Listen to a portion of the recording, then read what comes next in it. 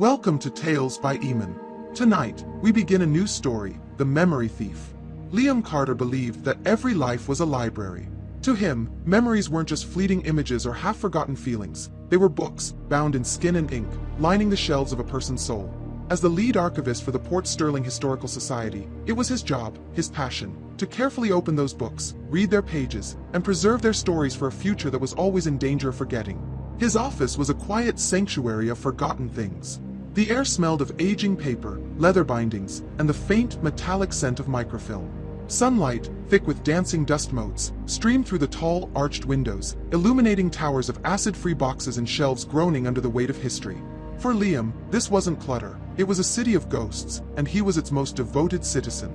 He could spend hours with a single photograph, imagining the life of the unnamed person staring back at him, or trace the faded cursive of a 100-year-old letter, feeling the hopes and sorrows of its author as if they were his own. His latest project was The Sterling Century, an oral history initiative to document the lives of the city's oldest residents. It was a race against time, a delicate harvest of recollections before they vanished forever. That's what brought him to the small, immaculately kept house on Maple Street, the home of one Eleanor Gable. At 94, Eleanor was a living archive herself. Her mind, Liam had been told, was a treasure trove, sharp and clear as a winter morning. When she opened the door, her smile was warm, framed by a constellation of wrinkles, and her eyes, a pale, lucid blue, held a spark of genuine curiosity. "Mr. Carter, I presume," she said, her voice a gentle, crackling melody. Come in, come in. Don't let the chill follow you inside." Her home was much like Liam's office, a museum of a life well lived. Framed photos covered every surface, showcasing generations of smiling faces. A grand piano, its wood polished to a dark sheen, stood silent in the corner, and the scent of cinnamon and baked apples hung in the air. Liam set up his digital recorder on a small coffee table between two plush armchairs. "Thank you for seeing me, Mrs. Gable," Liam said, his own voice feeling clumsy and loud in the gentle quiet of her home. "I really appreciate you sharing your time." "Oh, nonsense," she waved a delicate hand. "It's not every day a handsome young man wants to listen to an old woman's ramblings. Where would you like me to begin?" "Wherever you feel comfortable," Liam replied, pressing the record button. Many people like to start with a significant public event they remember. Something everyone in Port Sterling might know. Eleanor's eyes drifted towards the window, looking at something far beyond the manicured lawn. A soft, distant look filled her face. "The Liberty Elm," she said, her voice barely a whisper. "I remember the day the old Liberty Elm fell." Liam leaned forward, his professional calm barely concealing a jolt of excitement. The Liberty Elm was a local legend, a colossal, 300-year-old tree that had stood in the center of town square until a violent thunderstorm in the summer of 1958. "I was just a young woman then," Eleanor continued, her voice gaining strength as the memory took hold. "Married to my dear Michael for only a few years. We lived just 2 blocks from the square. That storm, it wasn't like anything I'd ever seen. The sky turned a dreadful shade of green, like bruised fruit. The wind howled, not like a whistle, but a scream. Michael wanted us to go to the cellar, but I was mesmerized by the terrible beauty of it all." She described how she stood by her living room window, watching the colossal branches of the elm thrashing against the sky. She remembered the smell of ozone, the percussive crack of lightning that lit up the world in stark, terrifying flashes. "And then came the sound," she said, her blue eyes wide with a remembered awe. "It wasn't just the crack of wood. It was deeper, a groan that seemed to come from the very earth. It felt like the whole town was crying out. We saw it fall in the next flash of lightning. It fell in slow motion, this giant that had watched over our town since before it was a town, just surrendering. The ground shook when it hit. I remember I put my hand to my mouth, and I was sobbing. I wasn't just crying for a tree, I was crying for a piece of us that was gone forever." The story was perfect. It was rich, emotional, and filled with the kind of sensory details that brought history to life. Liam recorded for another hour, capturing tales of VJ Day celebrations in the town square, the opening of the old steel bridge, and the blizzard of '78. When he finally packed up his equipment, he felt a profound sense of gratitude. He had saved a piece of Eleanor Gable, a piece of Port Sterling. "This has been invaluable, Mrs. Gable," he said at the door. "Truly. Thank you." "The pleasure was all mine, dear," she smiled. "It's nice to know someone is still interested in these old stories." 3 days later, back in the quiet hum of the archive, Liam was transcribing the interview. He listened to Eleanor's voice, the rise and fall of her cadence as she described the storm. He came to a small point of confusion. She had mentioned the name of a shop across from the elm, Henderson's Hardware, but Liam's records indicated it was called Miller's Mercantile at that time. It was a minor detail, but his meticulous nature wouldn't let it go. He decided to give her a quick call. He dialed the number, and she answered on the second ring. "Mrs. Gable? It's Liam Carter, from the Historical Society." "Oh yes, the nice young man from the other day. How are you?" "I'm well, thank you. I have a very quick question about our conversation, if you don't mind. You told me that wonderful story about the day the Liberty Elm fell." There was a pause on the other end of the line. It wasn't a thoughtful pause, it was a vacant one. "The Liberty Elm?" she asked, her voice tinged with genuine confusion. "What's that, dear?" Liam felt a cold prickle on the back of his neck. "The giant elm tree," he explained slowly. "In the town square. You told me about the big storm in '58 when it fell." I'm afraid you must be mistaken," Eleanor said, a hint of nervous embarrassment in her tone. "I don't recall any giant tree in the square. Was it there when I was a girl? My memory isn't what it used to be, but something like that. I think I'd remember a giant tree." Liam sat stunned, his fingers frozen over his keyboard. It wasn't that she had forgotten a detail. It was that the entire vivid, emotionally charged memory was gone. It had been surgically removed from her mind, leaving no trace, no scar, not even a phantom limb of a recollection. He could hear it in her voice, the utter blankness. He tried to jog her memory, mentioning the green sky, the sound of the tree groaning. "That sounds like a movie, dear," she said with a weak laugh. "I'm sorry, I don't think I can help you with that one. Are you sure you're thinking of me?" He ended the call, his heart thudding against his ribs. He immediately replayed the recording. There it was, clear as day, her voice filled with emotion as she described the event that she now had no knowledge of. He checked his notes, his own handwriting confirming every detail.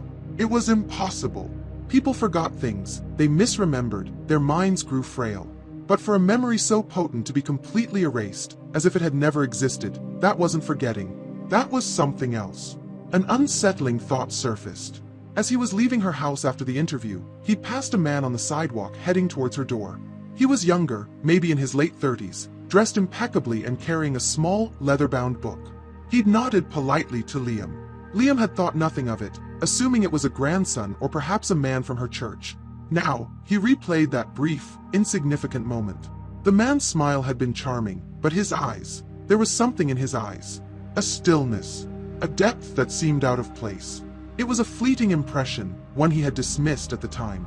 But now, sitting in the silence of his archive, surrounded by the ghosts of the past, Liam Carter felt a new and terrifying kind of chill. He was a man who saved memories. But he was suddenly faced with an impossible question. What if someone, or something, was out there stealing them? The drive back to the archive was a blur. Liam's mind, normally an orderly catalog of facts and dates, was a chaotic storm of disbelief and anxiety. The conversation with Eleanor Gable played on a loop, her pleasant, confused voice a stark contradiction to the passionate narrator on his digital recording. It felt like a violation, not just of her mind, but of the very nature of truth itself. A memory was a real thing. It left echoes and artifacts. It couldn't just be unplugged. Back in the hushed sanctuary of his office, he slumped into his chair, the scent of old paper doing little to soothe him. He was a man of logic, of primary sources and verifiable evidence. His first instinct was to pathologize, to find a rational, scientific explanation. He spent the next hour falling down a rabbit hole of medical journals and neurological websites. He read about transient global amnesia, specific forms of dementia, and dissociative disorders. While some conditions caused sudden, perplexing memory loss, none of them matched the surgical precision of what had happened to Eleanor. They didn't remove a single, specific narrative while leaving everything else intact. It was like a librarian had walked into the vast library of her mind, found one specific, cherished book, and burned it to ash without disturbing any of the others on the shelf. He abandoned the medical research, the screen's glow feeling cold and clinical against his growing unease. He forced himself to consider another possibility, that he was the one who was wrong. Had he somehow imagined the whole interview? He looked at the digital recorder on his desk as if it were a strange, alien object. He plugged his headphones in and listened again. Her voice filled his ears, warm and alive, painting a picture of the green sky and the groaning earth. "I wasn't just crying for a tree, I was crying for a piece of us that was gone forever." The raw, genuine emotion in her voice was undeniable. The recording was real. The memory was real, which meant the void it left behind was also real. The image of the man on the sidewalk flickered back into his mind. well-dressed, polite, with those unnervingly still eyes.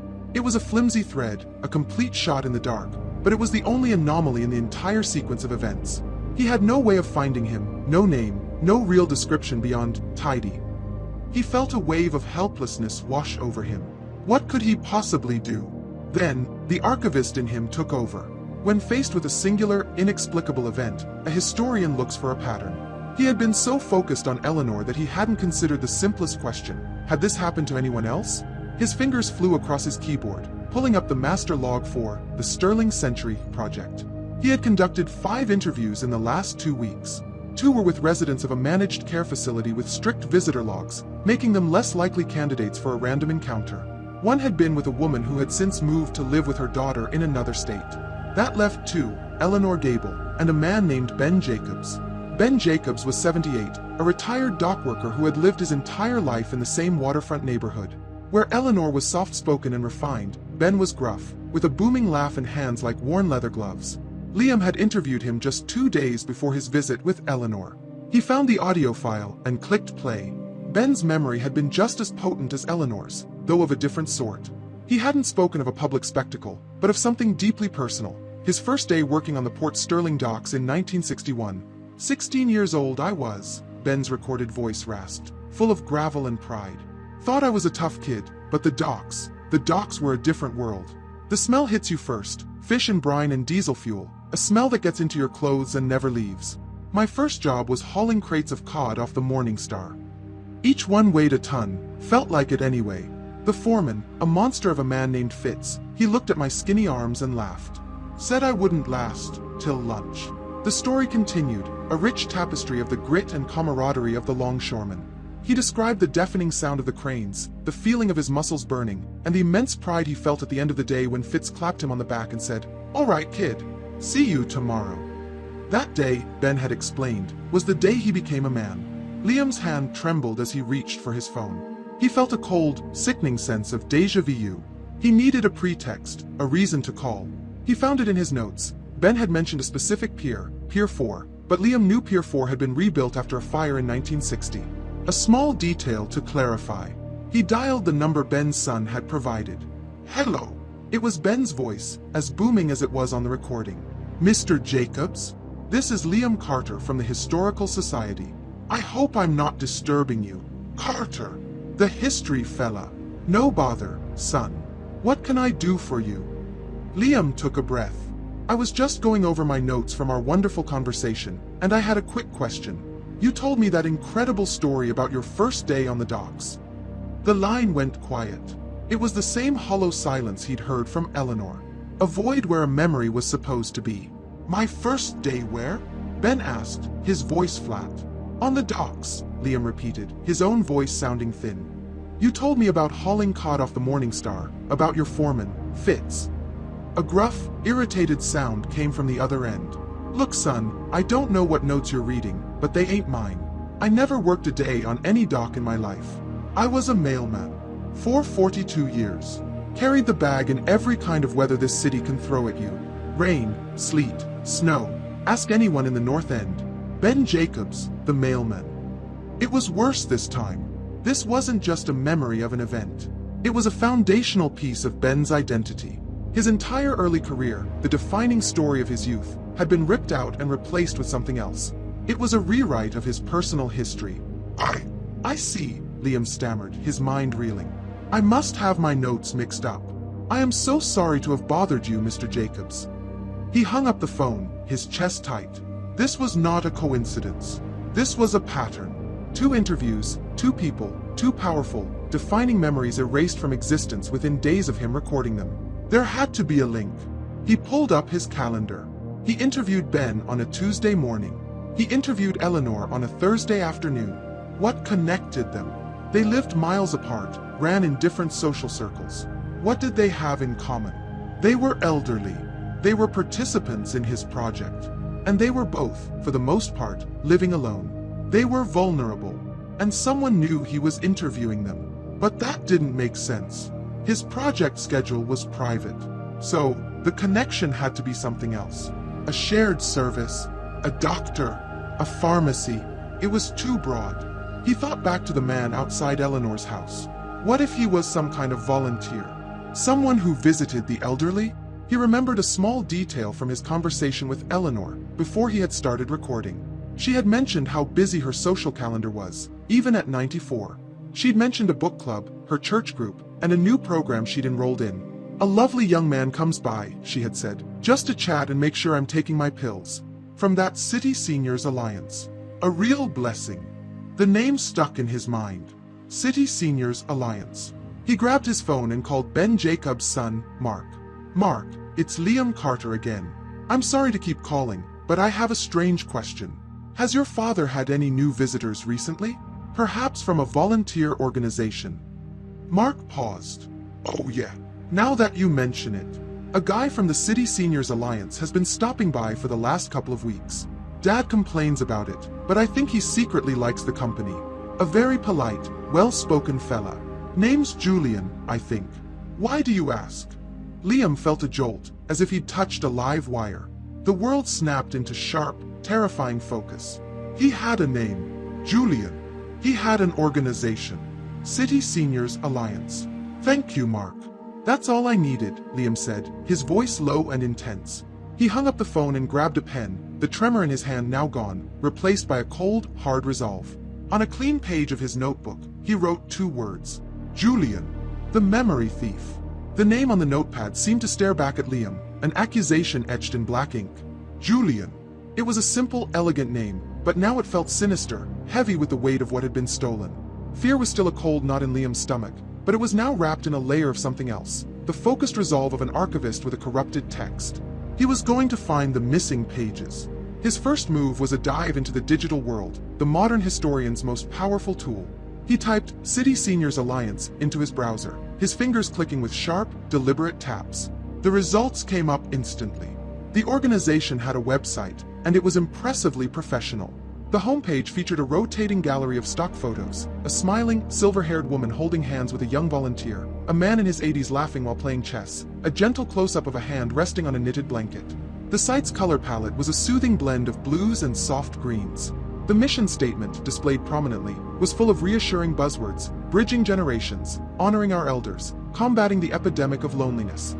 There were glowing testimonials, attributed to first names only.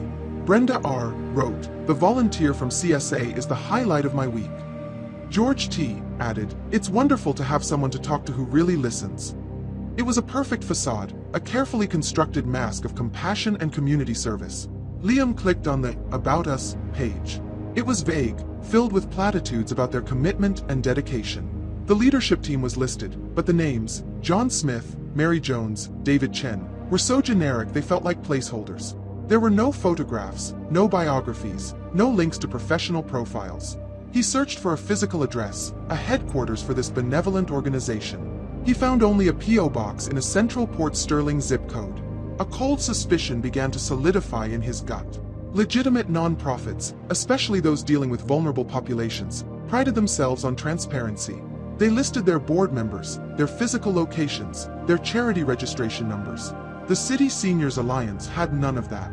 He opened a new tab and navigated to the state's official database of registered charitable organizations. He typed the name in, his heart thudding a slow, heavy rhythm against his ribs. He hit enter.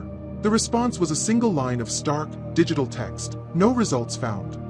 The City Seniors Alliance did not officially exist. It was a ghost. A front for something else. All the professional gloss of the website suddenly seemed predatory, like the beautiful, intricate web of a spider. Liam leaned back, the leather of his chair creaking in the silence. Julian wasn't just a rogue volunteer in a well-meaning but disorganized group. He was part of a phantom organization that was deliberately concealing its identity. And their business, Liam now knew, was memory. But why? What did they gain? Was it for money? For information? Or for something far stranger? He knew he couldn't go to the police. What would he say?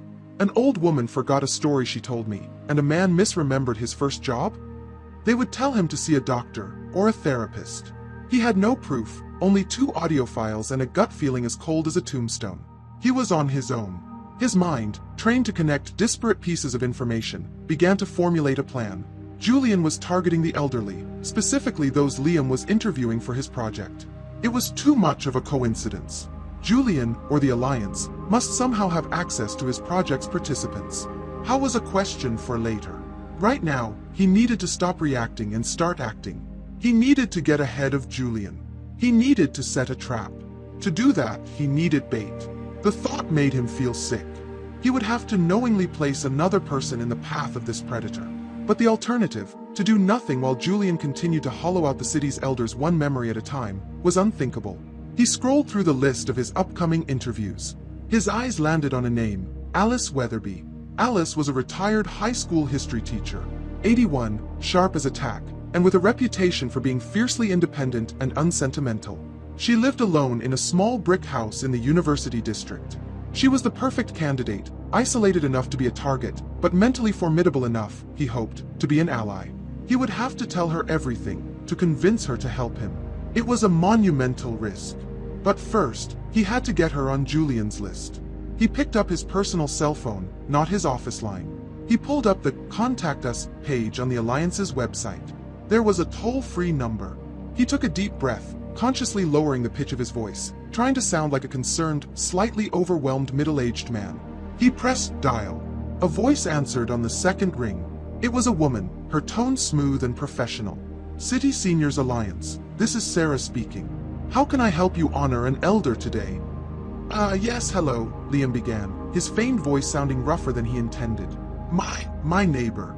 I'm worried about her. Her name is Alice Weatherby. She's getting on in years, all alone in that big house. Her family is all out of state.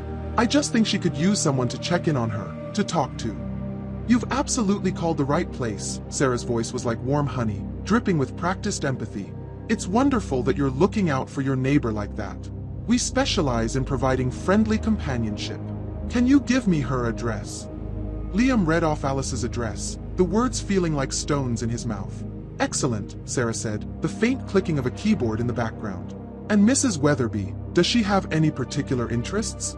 We like to match our volunteers based on shared hobbies. History, Liam said immediately. She was a history teacher. Loves a good story. The irony was a bitter taste on his tongue. Oh, that's wonderful. I have the perfect volunteer in mind for her. He's one of our very best. His name is Julian. He's fantastic with people who love history. We can have him stop by for an initial visit tomorrow afternoon, if that works. The name sent a fresh jolt through him. It was that easy. He had summoned the monster. Yes, Liam croaked. Tomorrow would be great. Thank you. You're providing a wonderful service. It's our pleasure, the smooth voice replied. Thank you for calling the City Seniors Alliance. The line went dead. Liam sat in the ringing silence, his phone still pressed to his ear. The trap was set. The bait was chosen. Now, he had to drive to Alice Weatherby's house and try to convince a retired history teacher that he wasn't insane, and that a man was coming to steal a piece of her soul. He grabbed his car keys, his hands steady but his heart racing. The archivist was done with research. The hunt had begun. Alice Weatherby lived in a small, tidy brick bungalow on a street lined with mature oak trees. The house, like its owner, projected an air of quiet dignity and order. The lawn was neatly edged, the flower beds were free of weeds, and a small, tasteful brass plaque next to the door read, A. Weatherby. There were no frills, no wasted ornamentation. It was the home of a person who valued substance over style. Liam's hands felt clammy on the steering wheel as he parked across the street. For a moment, he considered turning back. The plan he had set in motion now felt reckless, insane. He was an archivist, a man who dealt with the past from the safety of the present. He was about to step out of the archives and into the field, and he was using an 81-year-old woman as his shield. The thought was sickening, but the memory of Eleanor's vacant confusion and Ben's rewritten life spurred him forward. He got out of the car and walked up the stone path, his footsteps sounding unnaturally loud in the quiet afternoon. The woman who answered the door was exactly as he had pictured. Alice Weatherby was tall and slender, with a ramrod-straight posture that defied her age. Her silver hair was cut in a neat, no-nonsense bob, and her eyes, behind a pair of thin-rimmed glasses, were a sharp, intelligent gray. They scanned him from head to toe, and he had the distinct feeling he was being assessed and graded. "Mr. Carter," she said. Her voice was crisp and clear, the voice of a teacher who never had to raise it to command a classroom's attention. "You're early. Our appointment wasn't for another half hour." "I know, Ms. Weatherby." I apologize, Liam said, his own voice unsteady. Something has happened. May I please come in? It's a matter of some urgency. Her eyes narrowed slightly, but she saw the genuine distress on his face. She stepped back and gestured him into a living room that was lined, floor to ceiling, with books. The room smelled of old paper and lemon polish.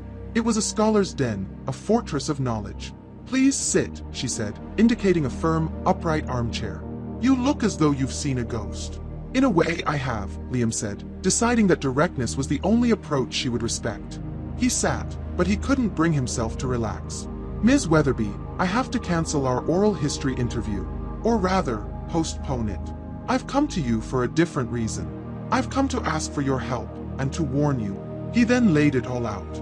He spoke with the precision of an archivist presenting his findings, starting with his interview with Eleanor Gable. He described the vibrant memory of the Liberty Elm.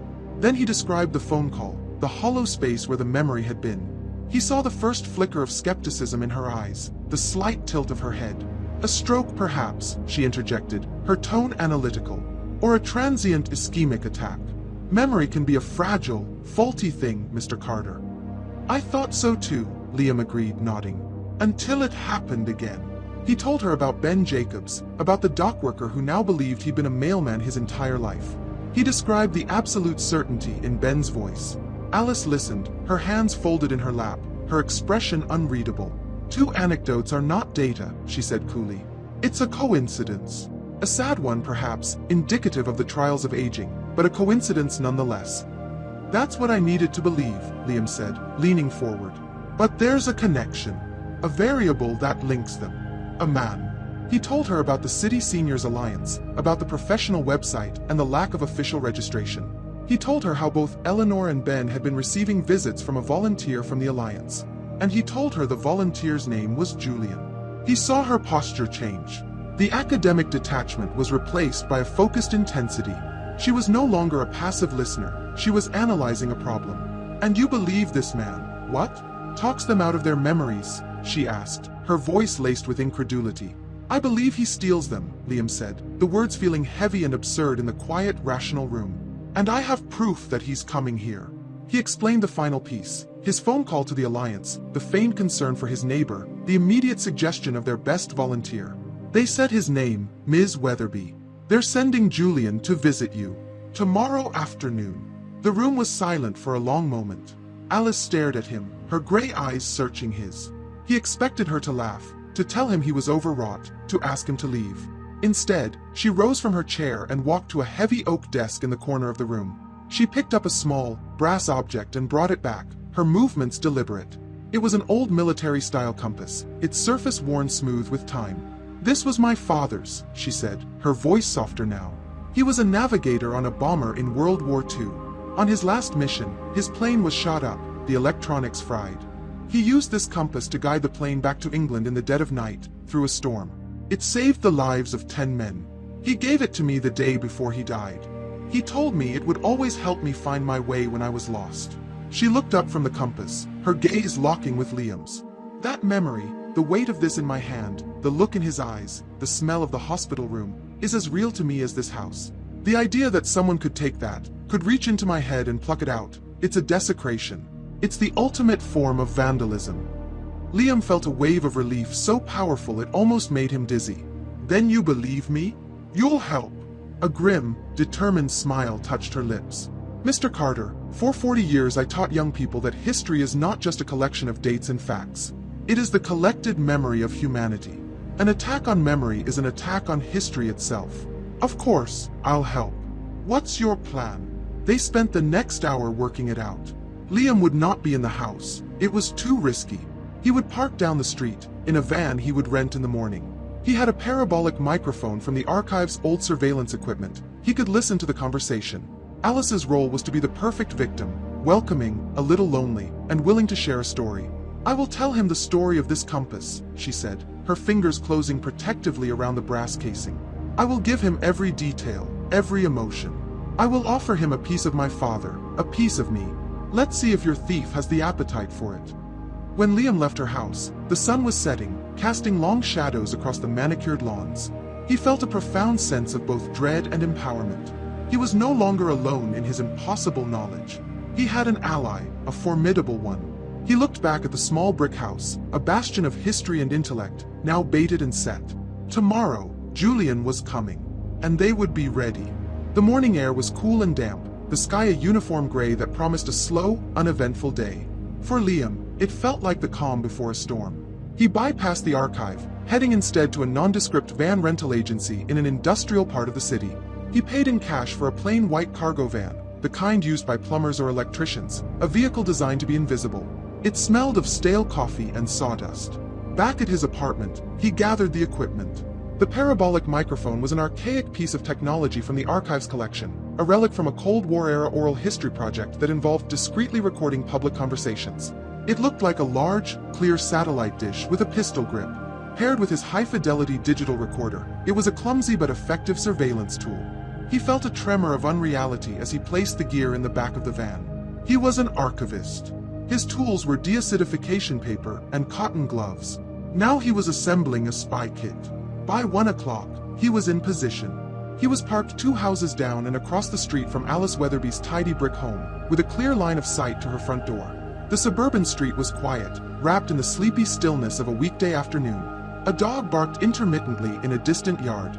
A mail truck made its slow, methodical way down the block. The sheer normalcy of it all was unnerving, a placid surface above a dark, unknown current. Liam sat in the driver's seat, the parabolic dish resting on the passenger seat beside him, aimed and ready. All he could do now was wait. Every passing car made his heart leap. He watched the minutes tick by on the dashboard clock, each one stretching into an eternity. He had spoken to Alice that morning. Her voice had been calm, her resolve unshaken. "The stage is set, Mr. Carter," she had said. "Let's see if our actor shows up for his performance." Now, Liam found himself hoping he wouldn't. He prayed this was all a wild, paranoid fantasy. At exactly 2:15, a modest, dark gray sedan turned onto the street. It moved without hurry and pulled into the empty space directly in front of Alice's house. Liam's breath caught in his throat. The man who stepped out was disarmingly ordinary. He was a little taller than Liam, with a lean build, dark, neatly combed hair, and a friendly, open face. He wore simple khaki pants and a navy blue polo shirt. In one hand, he carried a canvas tote bag with the cheerful logo of a local bookstore printed on the side. He was the picture of a harmless, well-intentioned volunteer. He walked up the stone path and rang the doorbell. This was Julian. Liam's hands were slick with sweat as he lifted the parabolic microphone.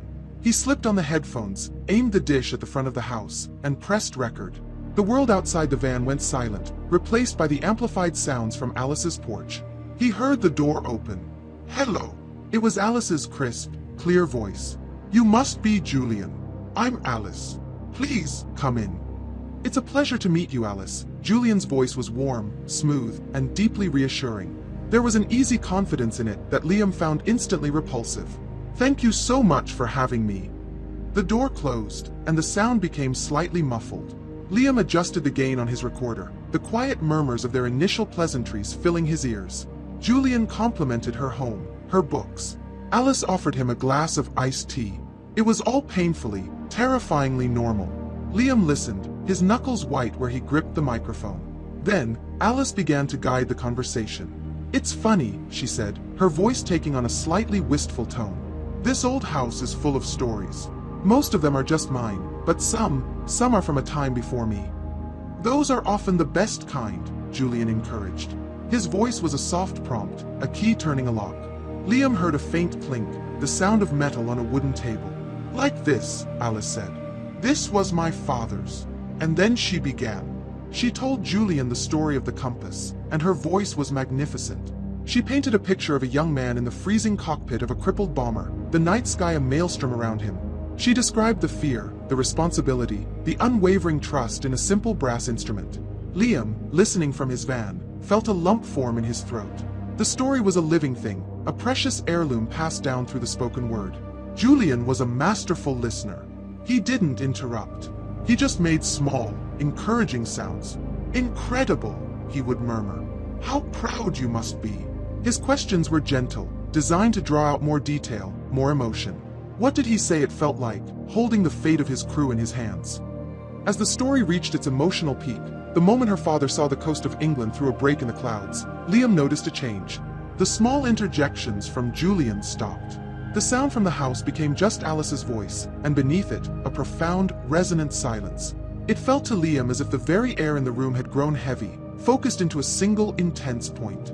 It was no longer a conversation. It felt like a confession, a prayer, an offering being laid at an altar. Alice's voice wavered slightly as she finished. He told me it would always help me find my way when I was lost. A beat of silence followed. It stretched for 3, 4, 5 seconds. Liam held his breath. When Alice spoke again, her voice was thin, laced with a faint thread of confusion. Goodness, where was I? I seem to have lost my train of thought.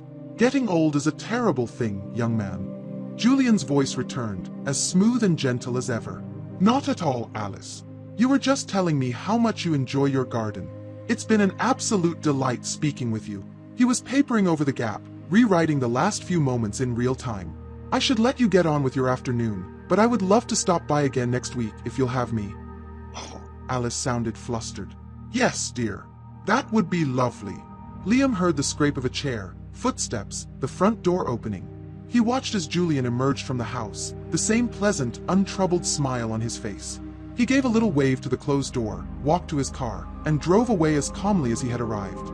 Liam sat frozen in the van, the headphones still clamped over his ears. He had just witnessed it. A memory, stolen in broad daylight, the theft so subtle and seamless it was indistinguishable from a simple lapse in concentration. He ripped the headphones off and scrambled out of the van, his legs unsteady beneath him. He ran across the street and up Alice's path, his heart hammering against his ribs. He didn't bother to knock, just pushed the door open. Alice! She was standing in the middle of her living room, a bewildered look on her face. Her hand was resting on the oak desk, right next to the brass compass. Mr. Carter, she said, startled. What on earth is the matter? The compass, Liam said, his voice ragged. Alice, the story. Tell me the story of your father's compass. She looked down at the brass object as if seeing it for the first time. She picked it up, her brow furrowed in thought. This old thing, she said, her voice a fragile murmur. I'm not sure. It's just a trinket, I think. Belonged to my grandfather, maybe? I don't believe there's any particular story to it. The silence in Alice Weatherby's living room was a living thing. It was thick with the ghost of a memory, the phantom limb of a story that was no longer there. Alice stared at the brass compass in her hand, her expression not one of panic, but of profound and chilling bewilderment. It was the face of a scholar looking at a book written in a language she was certain she knew, only to find the pages filled with meaningless symbols. But that's impossible, she whispered, more to herself than to Liam. I know this compass. I've held it 1,000 times. There was a story. I can feel the shape of it, but the words are gone. She looked up at Liam, her sharp gray eyes filled with a terrible, dawning clarity. He took it. The polite young man with the empty eyes. He really took it. Liam's own shock was quickly being burned away by a surge of guilt and a cold, hard rage. His plan had worked, but the cost was laid bare before him. He had exposed this formidable woman to a violation so deep it had stolen a piece of her father from her. Alice, he said, his voice quiet. I am so sorry. Don't be, she snapped back, her voice regaining its familiar, steely edge. She placed the compass back on the desk with a decisive click. Regret is a useless emotion. What we have now is confirmation. We have a witness, and I presume we have evidence. She gestured toward the door, a clear question in her eyes. Yes, Liam said, understanding immediately. I recorded everything. He retrieved the equipment from the van. Back in the quiet of her book-lined living room, he placed the digital recorder on the coffee table between them. For a moment, neither of them moved. They both understood the gravity of what they were about to do. Liam pressed play. First came the sound of the door opening, the polite greetings. Alice listened, her face a stoic mask. Then, she heard her own voice, warm and full of life, begin to tell the story. This was my father's, the voice from the recorder said. As the story unfolded, a storm of emotions played across Alice's face. She leaned forward, her hands gripping the arms of her chair. She was listening to a ghost. It was her own voice, speaking with a passion and love that she could no longer connect to the object on her desk. She heard the tale of the crippled bomber, of the 10 men saved from the sea, of a father's final gift to his daughter. She was hearing the contents of a book that had been ripped from her own library. When the recording ended with her own confused, trailing off voice, she was silent for a full minute. A single tear traced a path down her wrinkled cheek, a crack in her formidable composure. She did not wipe it away. "He doesn't just erase the memory," she said, her voice low and trembling with a scholar's fury. "He takes the emotion that's tied to it, the pride, the love. He leaves nothing, an empty space. It is the most monstrous act of censorship I can imagine." Her grief transformed, hardening into resolve. "All right, Mr. Carter. We have our proof. Now we move from defense to offense. He is targeting people from your project. That is our only concrete lead. The question is no longer what is happening, but how he is getting his information. The leak is in your house." She was right. The Historical Society was his sanctuary, but now it felt compromised. His colleagues, the volunteers, the very systems he had built, something or someone was a conduit for Julian. "I need to go to the archive," Liam said, his mind already racing. "The project files, the schedules, the contact information, it's all on a secure server. But someone must be accessing it." "Then you must become a different kind of historian, Mr. Carter," Alice said, her eyes glinting. "You must investigate the history of the present. Go. Find the breach. I will be fine. The anger will keep me company." The archive was dark and silent when Liam let himself in with his master key. The familiar smell of old paper was no longer comforting. It felt heavy, full of secrets. The ghosts that he usually found so companionable now seemed to whisper warnings from the shadows. He went to his office, the glow of his computer monitor pushing back the oppressive darkness. He logged into the server, his hands flying across the keyboard. He wasn't just looking at the project files themselves, but at their metadata, the digital footprints that chronicled every time a file was opened, modified, or even viewed. He pulled up the records for Eleanor Gable. As he'd expected, there were numerous entries with his own user ID. He scrolled back, looking for the date he had finalized her interview. And there it was. An entry for 10:47 p.m., the night after he had set the appointment. A remote access from an IP address he didn't recognize. The file had been opened, viewed for less than a minute, and closed. No changes had been made. It was a ghost, in and out. His blood ran cold. He pulled the logs for Ben Jacobs. The same pattern. A day after the interview was confirmed, a late-night remote access from the same IP address. A quick look, and then gone. With a sense of grim certainty, he checked the logs for the file he had created just yesterday for Alice Weatherby, a file that contained the address he had given to the Alliance. There it was again. Same IP address. Same time signature, just after 11 p.m. last night. Someone had a backdoor into his project. But a raw IP address was of little use without a court order. He needed to know who inside the society had opened the door. He began to cross-reference the archive's internal network logs, looking for anyone who was logged in at the time of the breaches. Most of the staff were daytimers, long gone by that hour. But the remote access logs, they were tied to specific user credentials. A password and a username were required. He ran a trace, his heart pounding a frantic rhythm. He expected the credentials to belong to a generic administrator account, something hard to pin down. But the result that flashed onto his screen made him feel like the floor had dropped out from under him. The username was S. Kensington. Sam Kensington. The bright, eager university intern who had been helping him for the past 6 months. Sam, who had single-handedly digitized all the old project records. Sam, who had a brilliant mind for database management and always seemed to be there when you needed him. Sam, who Liam had trusted implicitly with full administrative access to the project files. Liam stared at the name on the screen, the cursor blinking patiently beside it. The threat wasn't just a shadow visiting the elderly. It had a face. And it was a face he saw every single day. The leak wasn't in his house. It was in the office right next to his. The name glowed on the screen, a beacon in the oppressive darkness of the archive. S. Kensington, Sam.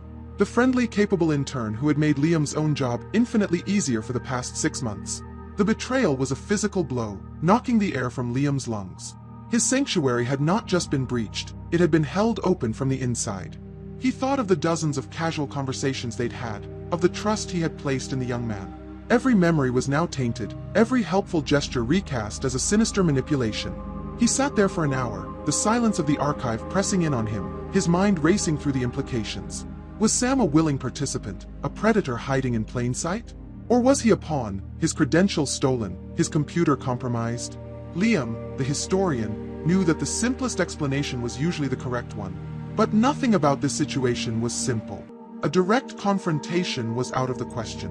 It would be his word against Sam's, and if Sam was part of this, he would deny everything, erase his tracks, and alert Julian. The network would protect itself.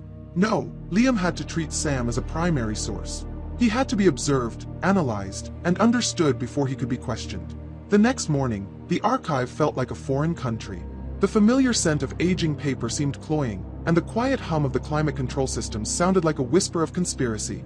When Sam arrived, punctual as always, with a cheerful morning, Liam, and a coffee in hand, Liam had to force a smile that felt brittle enough to shatter. "Morning, Sam," Liam replied, his voice impressively steady. "How was your evening?" Good, Sam said, setting his things down at the intern desk just outside Liam's office. "Finished up a big paper for my databases class. You know how it is." He looked up, his expression one of genuine curiosity. "Hey, how did the interview with Ms. Weatherby go yesterday? She sounds like a fascinating subject." The question, so innocent on the surface, landed like a punch. Liam's blood ran cold, but he kept his composure. "It went well," he said, turning to his computer to avoid eye contact. "She's a remarkable woman. Lots of great material. Awesome. Let me know when you've got the audio file uploaded. I can run the initial transcription program on it for you, save you some time." "I'll let you know," Liam said, the words feeling like ash in his mouth. He spent the rest of the morning pretending to work, his mind a whirlwind of paranoia. He watched Sam out of the corner of his eye.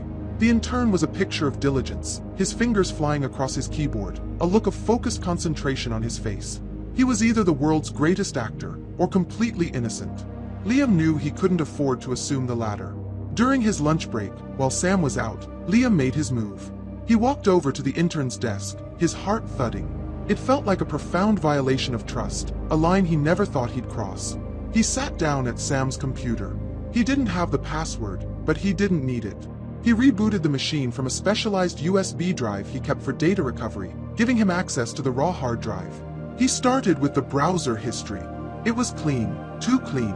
It was filled with academic research sites, news articles, and social media. Nothing incriminating. He dug deeper, searching the drive for deleted files and hidden communications. He found nothing. Sam was either incredibly careful or had nothing to hide. Liam was about to give up when a new thought struck him. The conspiracy wasn't just about data. It had a professional, organized feel. It had a fake website, a phone number. Organizations like that, even phantom ones, needed one thing to operate: money. Back in his own office, he logged into the Historical Society's financial system. As a department head, he had clearance to view his own project budgets, including intern stipends. He pulled up Sam's payment records. Everything was in order, a modest, bi-weekly payment, processed through the university's work-study program. It was a dead end. Or was it? Liam leaned back, staring at the ceiling. He was thinking like an archivist, following a single, direct line of provenance. He needed to think bigger. He remembered a conversation from months ago with his boss, Mr. Abernathy, a kind, technologically bewildered man on the verge of retirement. Abernathy had complained about the complexities of modern grant funding and had praised Sam for helping him set up a payment system for digital contractors and acquisitions through the Society's General Discretionary Fund. With a few clicks, Liam navigated to the discretionary fund's ledger. It was a long list of payments to various vendors for everything from archival shelving to catering for fundraising events. He started scanning the entries for the last 6 months. And then he saw it. A recurring monthly payment made out to a company called Information Solutions, LLC.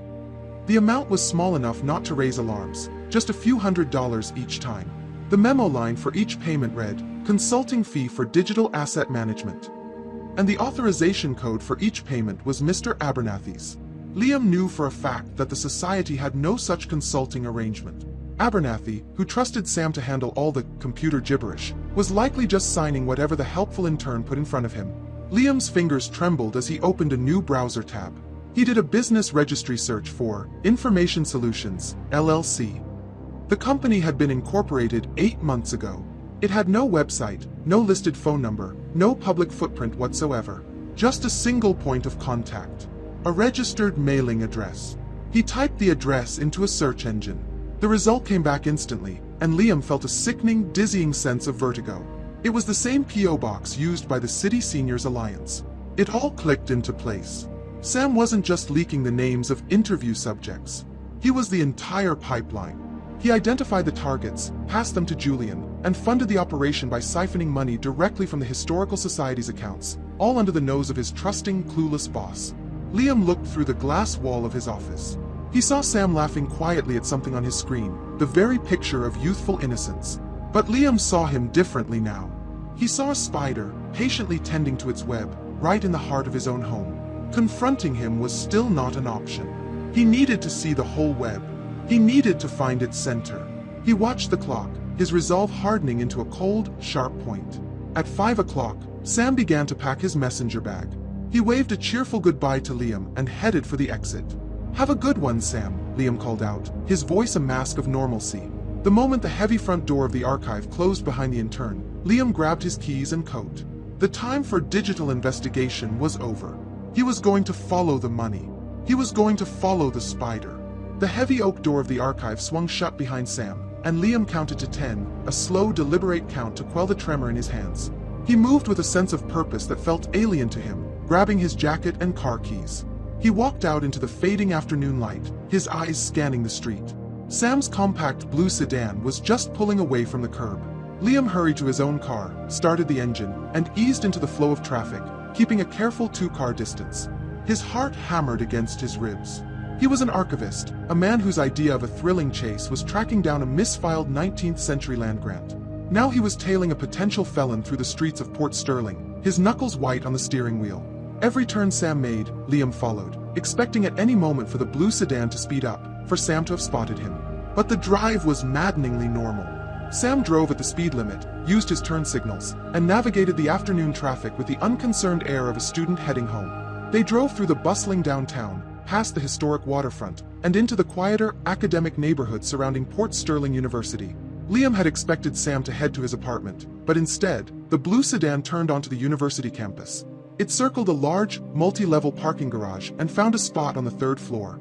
Liam followed, parking several rows away behind a large pillar. He watched as Sam grabbed his messenger bag and walked toward the campus proper. Liam gave him a 1-minute lead before getting out and following on foot. He kept his head down, blending in with the students moving between buildings. Sam walked with a familiar purpose, heading straight for the imposing, neo-Gothic structure of the university's main library. Liam's stomach twisted. A library, another sanctuary of knowledge, about to be desecrated by this conspiracy. He followed Sam inside, the cool, hushed air of the grand reading room a stark contrast to his own frantic pulse. Sam didn't stop to study. He bypassed the main sections, heading deep into the library's labyrinthine stacks. Liam trailed him at a distance, using the towering shelves of books as cover. They went further and further into the library's forgotten corners, to a dusty, seldom-visited section labeled oversized folios and municipal records. The air here was still and smelled of decaying paper, much like his own archive, but without the comfort of familiarity. Sam stopped at the end of a long, dimly lit aisle. He checked his watch. He was waiting. Liam ducked behind a shelf of city planning ledgers from the 1940s, peering through a small gap between the thick volumes. A few minutes later, a second figure appeared at the other end of the aisle. It was Julian. He was dressed as blandly as before, in a simple jacket and dark pants, but seeing him here in person, knowing what he was capable of, sent a fresh wave of ice through Liam's veins. Julian approached Sam, and the two of them spoke in low, quiet tones.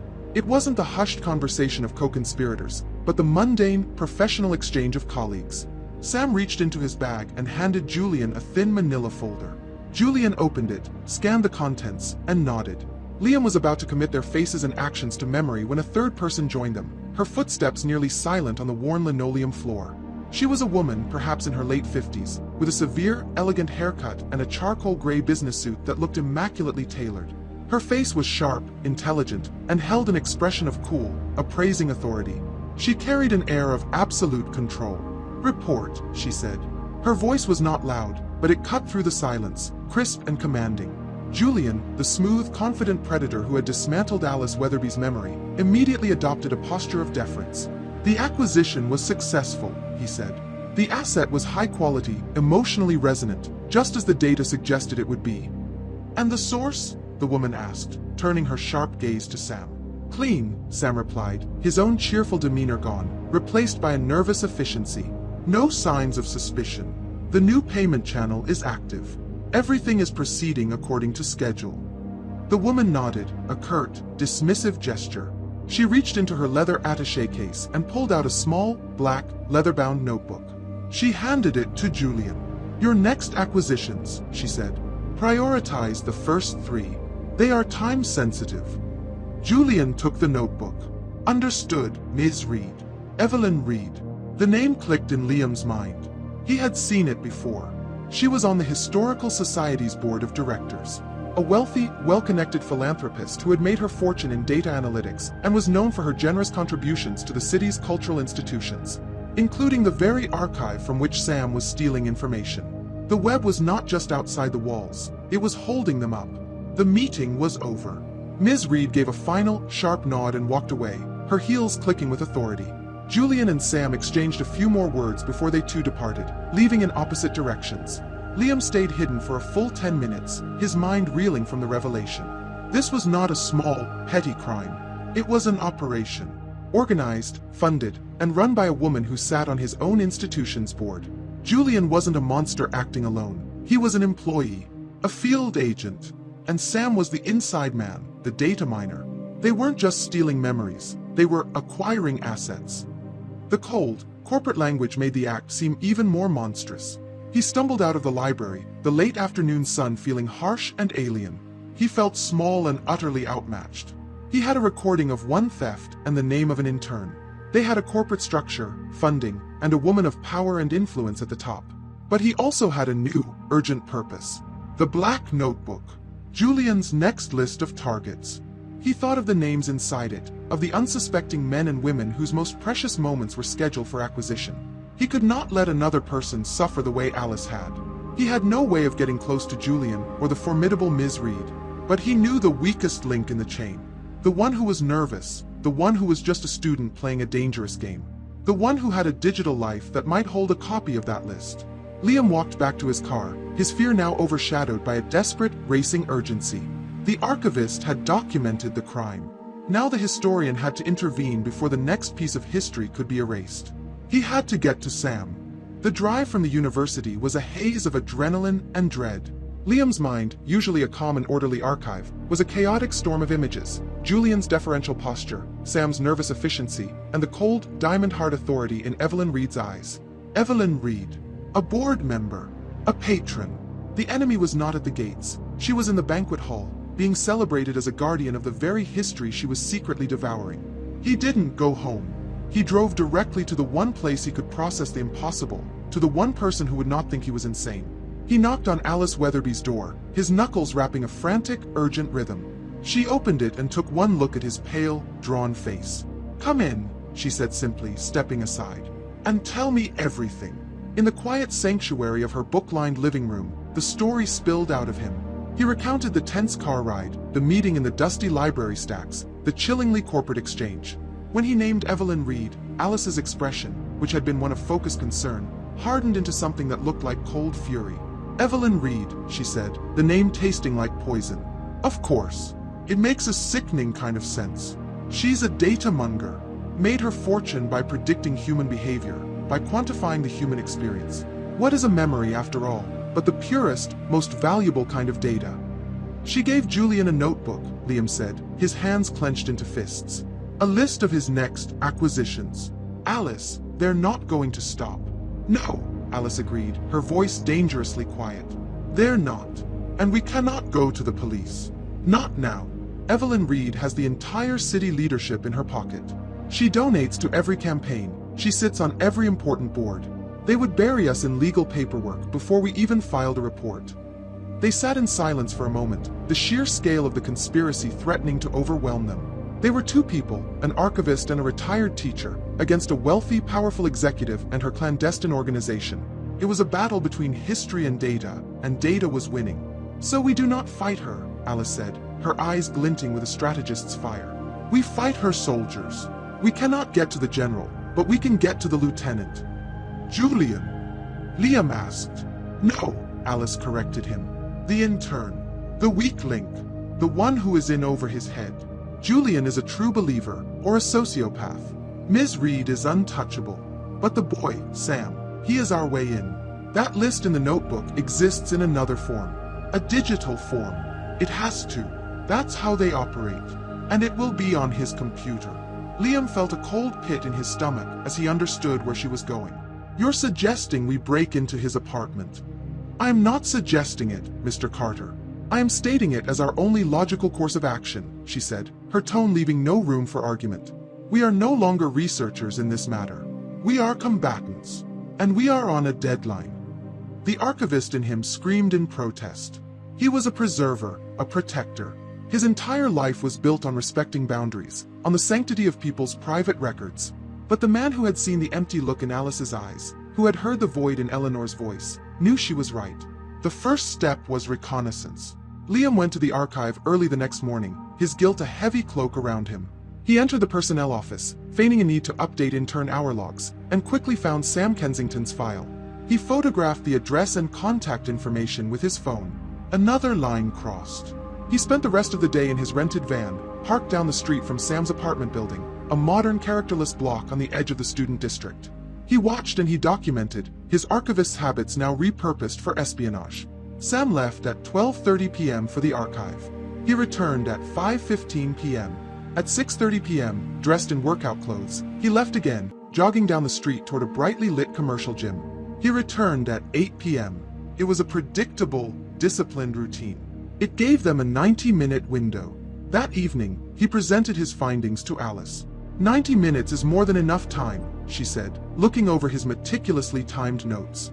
But how do you plan to get through the door? I'll have to pick the lock, Liam said, the words feeling foreign and absurd on his tongue.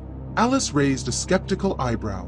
And where precisely, in the archivist's training manual, does it cover breaking and entering? It doesn't, Liam admitted. But I've been studying. It's a mechanism, a puzzle, like figuring out a faded script or a broken binding. You just have to feel for the moving parts. The plan was simple and terrifying. The next evening, during Sam's gym time, Liam would go in. Alice, armed with a prepaid burner phone, would be his sole point of contact, his lookout. Liam's objective was clear: get to Sam's computer, insert a blank USB drive, and copy any file that looked like a list of names, any communication with Julian or Reed, anything that could give them a clue about the next target. Liam left Alice's house with a heavy sense of inevitability. This was it. There was no turning back. He was about to commit a crime, to willingly step into the heart of the conspiracy. Later that night, in the quiet of his own apartment, he sat at his desk. The glow of his lamp illuminated not a rare manuscript or a historical photograph, but a cheap beginner's lockpicking set he had ordered online and a simple practice padlock. He inserted the tension wrench, applying a gentle pressure. Then, with the pick, he began to probe the inside of the lock, feeling for the tiny, spring-loaded pins. His first attempts were clumsy, scraping noises that accomplished nothing. He was frustrated, his hands shaking slightly, but he forced himself to slow down, to breathe. He closed his eyes and focused on the tactile feedback, the faint clicks and shifts within the mechanism. He was no longer trying to force it, but to understand it, to listen to what it was telling him. Minute after minute passed. The city outside was quiet. There was only the sound of his own breathing and the soft, metallic whispers from the lock in his hands. He felt the subtle give of the first pin setting, then the second. He hunted for the third and the fourth. Finally, he felt the last pin catch. With a soft, satisfying click, the shackle on the padlock sprang open. Liam stared at it, his heart hammering. It was a small, insignificant victory, but it felt monumental. It was the sound of a key turning, opening a door he never thought he would pass through. The archivist, the quiet observer of history, was now ready to break it open. The appointed hour arrived with the slow, deliberate pace of a funeral procession. Liam sat in the driver's seat of the rented van, parked in the growing shadows a block away from Sam's apartment building. The streetlights flickered on, casting pools of lonely orange light onto the pavement. In his ear, a small wireless earbud connected him to Alice, a lifeline in the tense silence. He should be leaving any minute. Her voice was a calm, steady presence in his ear, a stark contrast to the frantic drumming of his own heart. Remember the plan. Get the data. Get out. Nothing else matters. I know, Liam breathed, his mouth dry. He watched the front entrance of the building, his eyes straining in the twilight. Right on schedule, at 6:31 p.m., the glass door of the lobby opened and Sam emerged. He was dressed in shorts and a t-shirt, headphones already over his ears. He stretched his arms, then broke into a steady jog, disappearing around the corner. The bait was gone. The trap was open. He's on the move, Liam reported, his voice low. I'm going in. I'm starting the timer, Alice replied. You have 90 minutes. Godspeed, Mr. Carter. The short walk from the van to the building felt like miles. Every passing car, every rustle of leaves in the wind, sounded like an alarm. He used a piece of stiff plastic to slip the lobby's simple latch, the first of his newly learned illicit skills, and stepped into the sterile, anonymous hallway. The elevator ride to the third floor was agonizingly slow. He felt a bead of sweat trace a path down his temple. He stood before apartment 3B. The door was a slab of plain, painted wood. For a moment, he froze. This was the final line. Once he crossed it, he was no longer just an archivist bending the rules. He was a criminal. He thought of Alice, of the compass, of the gaping hole where her father's memory should have been. He took a breath, pulled the small leather case from his pocket, and took out the tension wrench and the pick. His hands shook, betraying him. The delicate work that had seemed so possible in the quiet of his apartment was a clumsy, fumbling ordeal in the tense silence of the hallway. He dropped the pick once, the tiny clatter on the floor sounding as loud as a gunshot. He heard a door open and close down the hall. He flattened himself against the wall, his heart seizing in his chest. But no one appeared. He was alone. He forced himself to focus, to remember the feeling of the practice lock. He applied the tension, gently, and began to probe the pins again. He imagined it not as a lock, but as a puzzle, a historical artifact he needed to understand. One by one, he felt the faint, satisfying clicks as the pins set. Finally, with a soft snick that was barely audible, the lock gave way. He turned the knob, pushed the door open, and slipped inside, closing it silently behind him. The apartment was dark and cool. Liam stood motionless, letting his eyes adjust, his ears straining for any sound. There was only the low hum of a refrigerator. The place was impeccably tidy, almost sterile. It was the living space of someone who spent most of their time in the digital world. The main room was dominated by a large desk and a formidable computer setup, 2 large monitors, a sleek black tower, and a web of neatly managed cables. He went straight to the desk. As he'd feared, the computer was on but locked, a login screen displaying Sam's name. Liam's heart sank. He hadn't planned for this. He didn't have the skills to hack a password. He scanned the desk for any clue, any hint. And then he saw it. Tucked just under the edge of the keyboard was a small, yellow sticky note. On it, in neat block letters, were 2 words, Archivist Prime. The sheer arrogance of it was staggering. Liam typed the password in. The desktop bloomed to life. He inserted his USB drive, the blinking light a tiny beacon of hope in the dim room. He began to search, his time slipping away. He checked the documents folder, the downloads, the desktop. He found class notes, research papers, music files, the digital detritus of a student's life. Nothing. Sam was too smart to leave a file named Target List in plain sight. Liam's mind raced. Where would he hide it? He thought of the library, of the section where they had met. He started searching for file names related to municipal records, city planning, anything that might be a code. He found a folder, buried deep in a subdirectory, named mun_records_proj. His pulse quickened. Inside was a single file, asset_schedule.xlsx. An Excel spreadsheet. This had to be it. He clicked and dragged the file to his USB drive. A transfer window popped up. His relief curdled into fresh anxiety.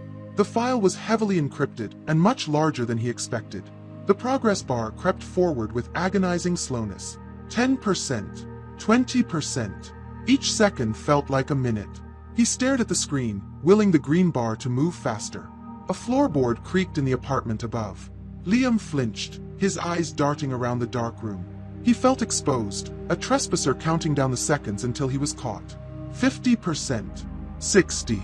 The hum of the computer's fan seemed to grow louder, filling the silence. Suddenly, his earbud buzzed. It wasn't Alice's voice. It was a text notification she was forwarding to him. His phone, which he'd left in the van, was receiving a calendar alert. An old, forgotten reminder he'd set for himself weeks ago. The alert text glowed in his mind's eye. Follow-up call with B. Jacobs. Ben Jacobs. The man who thought he was a mailman. 75%. The progress bar crawled on. Come on, come on.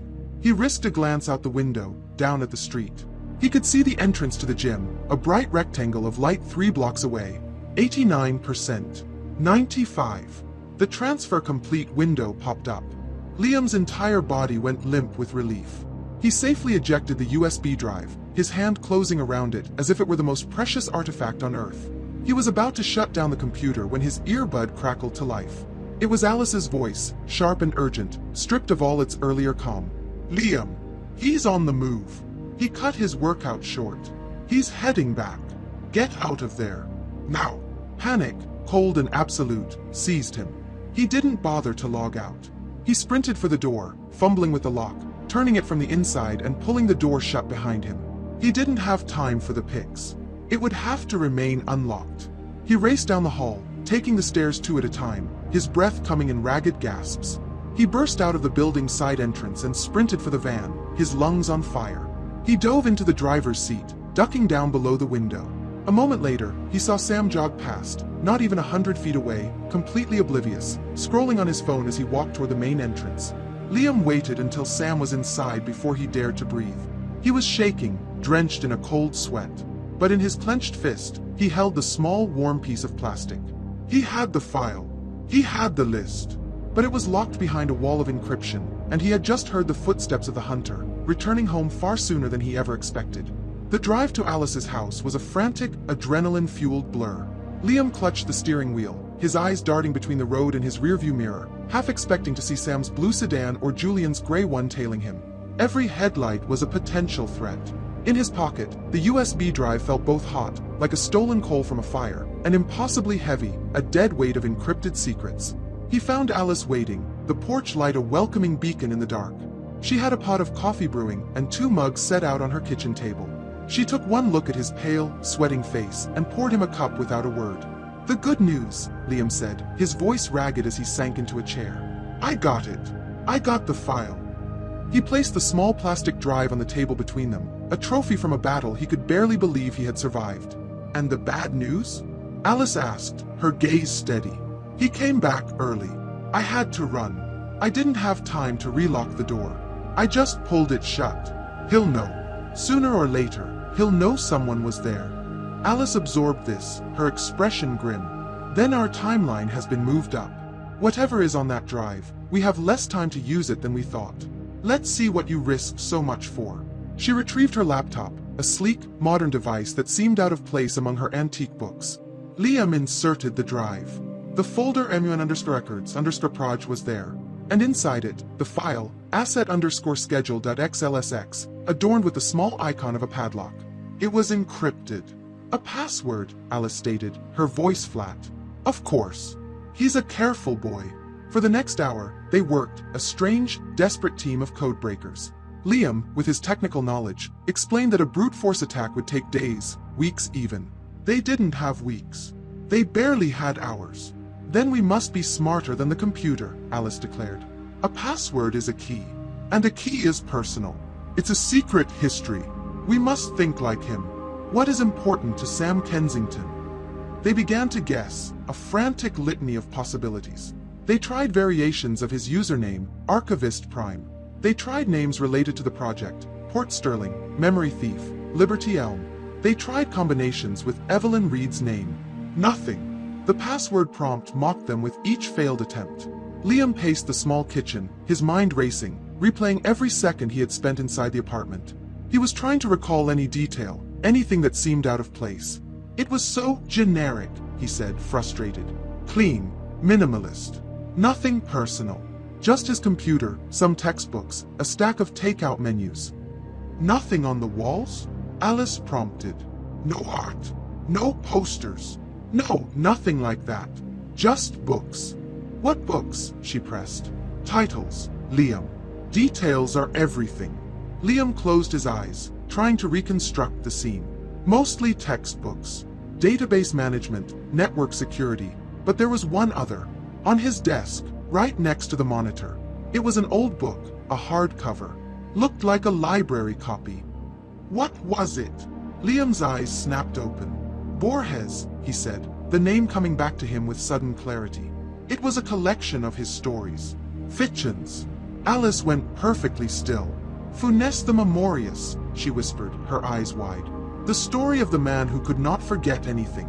A story about the burden of perfect memory. The thematic significance hung in the air between them, a piece of dark, academic poetry. "That is not a coincidence. That is a statement of purpose. Try it." Liam typed Funes the Memorious. Access denied. He tried Borges 1944. Access denied. They tried a dozen other variations, their hope beginning to fade with each failed attempt. Think, Liam, Alice urged, her voice sharp. You said it looked like a library copy. What else did you see? It had a call number, he said, the details surfacing from the depths of his memory. On the spine. One of those old, white-label Library of Congress numbers. From which library? It has to be the university's, Liam reasoned. Where we saw him. The folder on his computer was a code for that library section. mun_records_proj. What if the password is the call number of that specific book? It was an archivist's leap of faith, a connection based on the belief that everyone, even a conspirator, organizes their world according to a system. Liam's fingers flew across Alice's keyboard. He navigated to the Port Sterling University Library's online catalog. He performed a search, Jorge Luis Borges, Fictions, specifying the first edition published in 1944. A single record appeared on the screen. He clicked on it, his heart pounding. And there it was. A long, complex alphanumeric string. Call number, PQ7797-B63F5-1944. That's it, he whispered. He carefully typed the entire string into the password prompt, checking each character twice. His finger hovered over the enter key. He looked at Alice. She gave a single, sharp nod. He pressed the key. For a second, nothing happened. Then, the password box vanished. The spreadsheet opened. They both leaned forward, their faces illuminated by the screen's cold, white light. It was a meticulously organized document. Column A was a list of names. Column B held their addresses. Column C was titled Interview_date, and it listed the dates Liam had met with his subjects. Column D was Acquisition_date. Column E was Status. He scrolled down. He saw Eleanor Gable. Status, complete. He saw Ben Jacobs. Status, complete. He saw Alice's name. Status, interrupted. And then he saw the next 3 rows. 3 new names. 3 people he had not yet interviewed, but who were clearly on his future schedule. Beside each name was an acquisition date. The first was a woman named Maria Flores. Her acquisition date was listed as tomorrow, August 31st, at 10 a.m. The second was a man named David Chen. His acquisition was scheduled for the day after. They had done it. They had cracked the code. But their victory felt terrifyingly hollow. They hadn't just found a list of targets. They had found a schedule for the destruction of 3 more lives, and the clock on the first one was already ticking down to 0. The spreadsheet glowed on the laptop screen, a sterile grid of names and dates that represented a timeline of methodical destruction.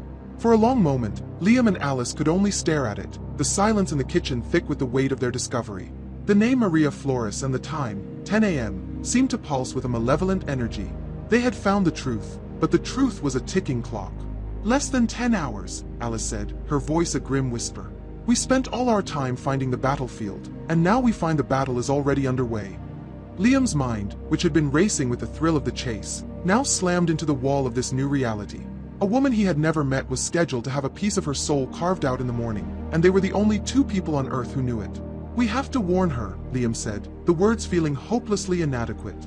Warning an 80-year-old woman in the middle of the night with a story about a memory thief will achieve nothing but a panicked phone call to the police, Alice countered, her mind already several steps ahead. And the police are not our allies in this. We need more than a warning. We need a plan of intervention. Liam stood up, pacing the small kitchen, his mind seizing on the first, most crucial question. Who is she? Why is she a target? He pulled out his phone and logged into the Historical Society's remote server, an act that now felt like entering enemy territory. He navigated to his own project files for the Sterling Century. Maria Flores was on his list of potential future interviews. He opened the preliminary research file. Maria Flores, age 82. For 40 years, she was the owner and head chef of Flores, a small, beloved Spanish restaurant in the city's historic North End. The file was filled with links to old newspaper reviews, glowing with praise for her culinary artistry. She was famous for one dish in particular, a seafood paella that had won the Port Sterling Gastronomic Prize 3 years in a row. The recipe was a closely guarded secret, passed down through her family for generations. The restaurant had closed a decade ago when her husband passed away, but Maria Flores was still a local legend. It's not a story about a public event or a war, Liam said, reading from the notes. It's a recipe. A memory of taste, of scent, of a craft honed over a lifetime. A perfect asset, Alice murmured. Unique, irreplaceable, and deeply emotional. That is what they hunt for. So, how do we stop the hunter? They talked for hours, the coffee growing cold in their mugs as they dissected the problem. Their first attempt, with Alice, had been a trap designed for observation. It had succeeded, but at the cost of her memory. This time, the objective was different. It was not to observe, but to protect. They had to prevent the acquisition from ever being completed. His process requires a specific environment, Liam reasoned, thinking back to the recording of Julian and Alice. It needs to be quiet, intimate. He needs his victims' complete, focused, emotional engagement. If we can shatter that environment, we can break the connection. A disruption, Alice said, her eyes lighting up. Not a confrontation. We can't risk a physical altercation. We need an external force, something official and undeniable that would force him to abandon his attempt and flee. The plan began to take shape, a desperate gambit born of necessity. Liam would go to Maria's house in the morning, before Julian was scheduled to arrive. He would use his credentials from the Historical Society to get in the door, under the guise of a preliminary chat for the oral history project. He would have to try and convince her of the unbelievable truth, using the printed spreadsheet as his terrifying evidence. Whether she believed him or not, he would stay.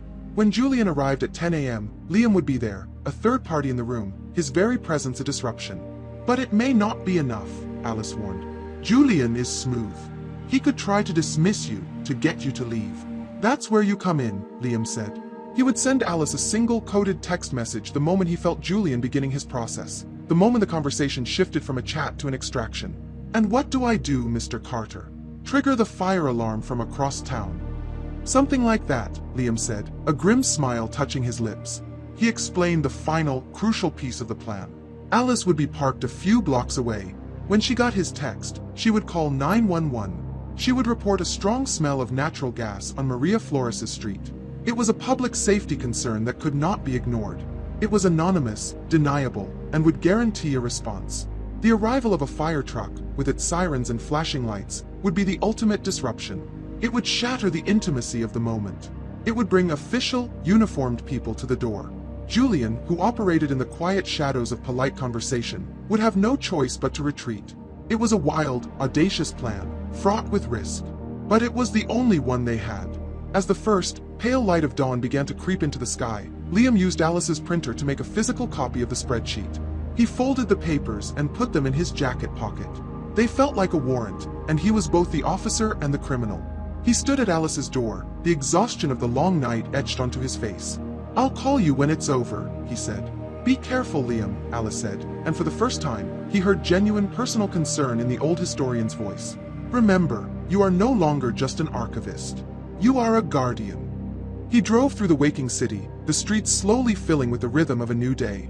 He was heading to the North End, to a quiet street and the home of a woman who had no idea that her life's most cherished memory was scheduled for demolition. He felt the immense weight of his new role. He was a man armed with an impossible story, on his way to intercept a thief of ghosts, with nothing but a desperate plan and a prayer. The clock was ticking. The North End was a neighborhood steeped in memory. The narrow streets were lined with historic brick row houses, their facades telling the stories of generations. The air itself seemed layered with the faint, phantom sense of baking bread from old Italian bakeries and spices from long-gone markets. It was a perfect hunting ground for a memory thief. Liam found Maria Flores' house easily. It was a modest, impeccably kept home, the brickwork freshly pointed and a window box overflowing with fragrant rosemary and thyme. It was the home of someone who cared for things. He took a deep, steadying breath, the folded spreadsheet in his pocket feeling like a lead weight, and knocked on the bright blue door. The woman who answered was small and spry, with deep-set, intelligent eyes that sparkled with life. Her silver hair was pulled back in a neat bun, and she wiped her hands on a simple apron that smelled faintly of garlic and olive oil. Yes, she asked, her voice warm but tinged with a natural caution. Mrs. Flores, my name is Liam Carter. I'm an archivist with the Port Sterling Historical Society, he began, holding up his official identification. I believe you received a letter about our oral history project? Ah, yes. The history boy, she said, a smile breaking across her face. I did. I was going to call you next week. You are early, but come in, come in. Don't stand on the stoop. Her home was cozy and filled with life. The walls were covered with framed photographs of a large, smiling family, and the delicious aroma of a simmering tomato sauce hung in the air. She led him to a small, sunlit kitchen in the back. "Please sit," she said. "Can I get you a coffee?" "That's very kind, but no thank you," Liam said, his voice more serious than he intended. "Mrs. Flores." "Maria, I'm afraid I'm not here for a preliminary chat. I'm here to warn you." The smile on her face faded, replaced by a look of concern. He had to get this right. He started by telling her about his project, about the strange coincidences with Eleanor Gable and Ben Jacobs.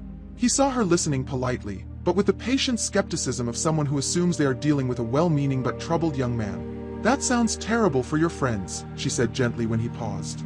"But what does this have to do with me?" This was the moment. He took the folded spreadsheet from his pocket and laid it on the kitchen table between them. "This is a copy of a file I acquired last night," he said, his voice low and steady. "It's a schedule. I believe it belongs to the people responsible for what happened to Eleanor and Ben." He pointed to the names, to the status column marked complete. Then, he slid his finger down to the line that bore her name, her address, and the designation for today's date, acquisition, 10 a.m. Maria stared at the paper. She leaned closer, her eyes tracing the neat, sterile columns of text. He saw her expression shift from polite disbelief to a dawning, horrified comprehension. The specificity of the information, her own name, her own address, was too much to be a coincidence. "Acquisition," she whispered, her voice trembling slightly. "Acquisition of what?" "A memory, Maria," Liam said softly. "The most valuable one you have. I believe they are coming for your paella, for the memory of how you create it." Her hand instinctively went to her chest. The idea, so alien and monstrous, had struck home. The recipe wasn't just a list of ingredients. It was her history, her family, her identity. She looked at Liam, her eyes searching his, and she saw no trace of madness, only a desperate, earnest plea. She believed him. Just then, the doorbell rang. A quick, terrified glance at the clock on the wall confirmed it. It was exactly 10 o'clock. "He's here," she breathed. "I know," Liam said, his own heart pounding. "Remember the plan I told you about. Let him in. I will not leave your side. Just trust me." Maria took a deep breath, her years as a bustling restaurant owner giving her a core of strength. She nodded, stood up, and walked to the front of the house. Liam followed, standing just to the side of the living room archway. She opened the door to reveal Julian, his face arranged in a practiced, charming smile. He held a small bouquet of daisies. "Mrs. Flores, I'm Julian, a volunteer with the City Seniors Alliance," he began, his voice a warm, reassuring melody. "I was told you might enjoy a little company." His eyes flickered past her and saw Liam. His smile didn't vanish, but it tightened, a barely perceptible change. "Oh," he said, "I see you already have company. I can come back another time." "Nonsense," Maria said, her voice surprisingly firm. "This is Mr. Carter, from the Historical Society. We were just having a chat. Please, come in."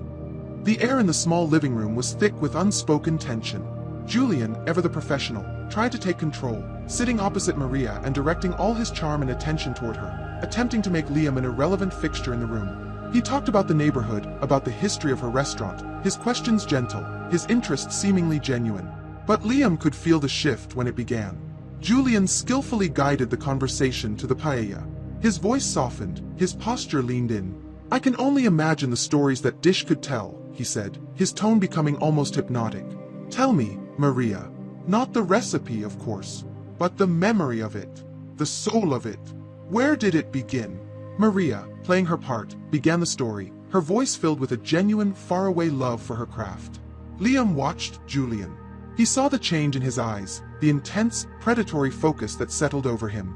The room grew quiet, the outside world seeming to fade away. This was it. Liam's hand slipped into his pocket, his thumb finding the screen of his phone. As Maria described the scent of saffron blooming in hot olive oil, Liam sent a single pre-written text message to Alice. Now. He looked up. Julian was completely enthralled, his consciousness seemingly locked onto Maria's, drawing the memory from her. The seconds stretched into an eternity. For a terrifying moment, Liam feared the plan had failed. Then he heard it. A faint, distant siren. It grew steadily, a rising, insistent wail that cut through the quiet intimacy of the room. The siren became 2, then 3, a chorus of emergency that was getting rapidly, undeniably closer. Julian's brow furrowed. his concentration broken for a split second. The wail became a deafening roar as a massive fire engine screamed to a halt directly in front of the house. Flashing red and white lights flooded the room, strobing across the walls, painting the tense scene in frantic, jagged strokes of light. Julian was ripped from his trance. His head snapped toward the window, his expression of calm empathy shattered and replaced by pure, undiluted shock. A thunderous, authoritative banging erupted at the front door. "Fire department," a voice boomed. "We have a report of a gas leak. Everyone needs to evacuate the building immediately." Julian looked from the flashing lights to the pounding at the door, and then finally at Liam. In that instant, the charming mask of the volunteer, the concerned listener, the friendly face, it didn't just slip. It evaporated. What was left was a look of cold, absolute fury. His eyes, no longer warm, were like chips of ice. He understood. He had been tricked. He had been beaten. And he knew exactly who was responsible. Chaos erupted. The firefighters, all business and loud efficiency, swarmed the small house. Julian, Liam, and a bewildered Maria were herded out onto the front lawn along with a handful of curious neighbors who had emerged from their homes. The street was a chaotic canvas of flashing lights and the crackle of official radios. In the confusion, Julian moved. He didn't run. His movements were fluid and economical. He melted into the small crowd, his body language that of an annoyed resident, not a cornered predator. As he passed Liam, his shoulder brushed against his. He leaned in, his voice a venomous whisper that cut through the noise, meant only for Liam's ears. "Archivist," he hissed. It was not a question. It was a brand. A single word that promised retribution. Then he was gone, disappearing into the night as the firefighters, finding no trace of a gas leak, began to pack up their equipment with professional grumbles about false alarms. When the last truck had pulled away and the street had returned to its normal, quiet state, Maria Flores turned to Liam. She was trembling, but her eyes were bright with a fierce, newfound fire. She took his hand in both of hers, her grip surprisingly strong. "He would have taken it," she said, her voice full of a horrified awe. "My father's saffron. My mother's hands teaching me to stir the rice. He would have taken it all. You saved them. You saved me." "We saved you," Liam corrected, thinking of Alice waiting anxiously for news. "We have to keep you safe." "I am safe," Maria declared, a stubborn pride in her voice. "But you, young man, you are not. I saw his eyes. That man is a serpent." She was right. Liam called Alice as he walked back to his car. He told her everything, the successful disruption, Julian's escape, the single, whispered word of recognition. "It's done then," Alice's voice was grim over the phone. There was no triumph in it, only the cold calculation of a strategist. "You didn't just rattle the cage, Liam. You kicked it over. They know you're not just a researcher. They know you're an adversary. You are officially in the game, and they will play to win." "I know," Liam said, the weight of the new reality settling upon him. "You cannot go home," Alice continued, her voice sharp and commanding. "You cannot go to work. Sam knows his apartment was compromised. Julian knows your face and your profession. They will connect the dots in a matter of minutes. Your life as Liam Carter, archivist, is on hold. As of right now, you are a ghost. A ghost." The irony was not lost on him. He spent his life chasing the shadows of the past, and now he was one. He sat in his car, the engine off, feeling a profound sense of dislocation. His apartment, his office, his entire life, they were all enemy territory now. He was a man without a sanctuary. "Where do I go?" he asked, the question feeling impossibly large.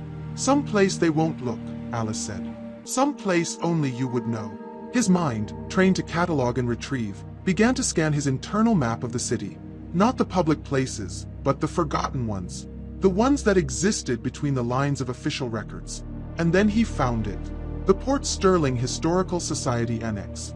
It was a cavernous, climate-controlled warehouse in an old industrial district by the river, a place few people ever went. It was the Society's attic, a repository for artifacts too large, too fragile, or too insignificant for the main museum.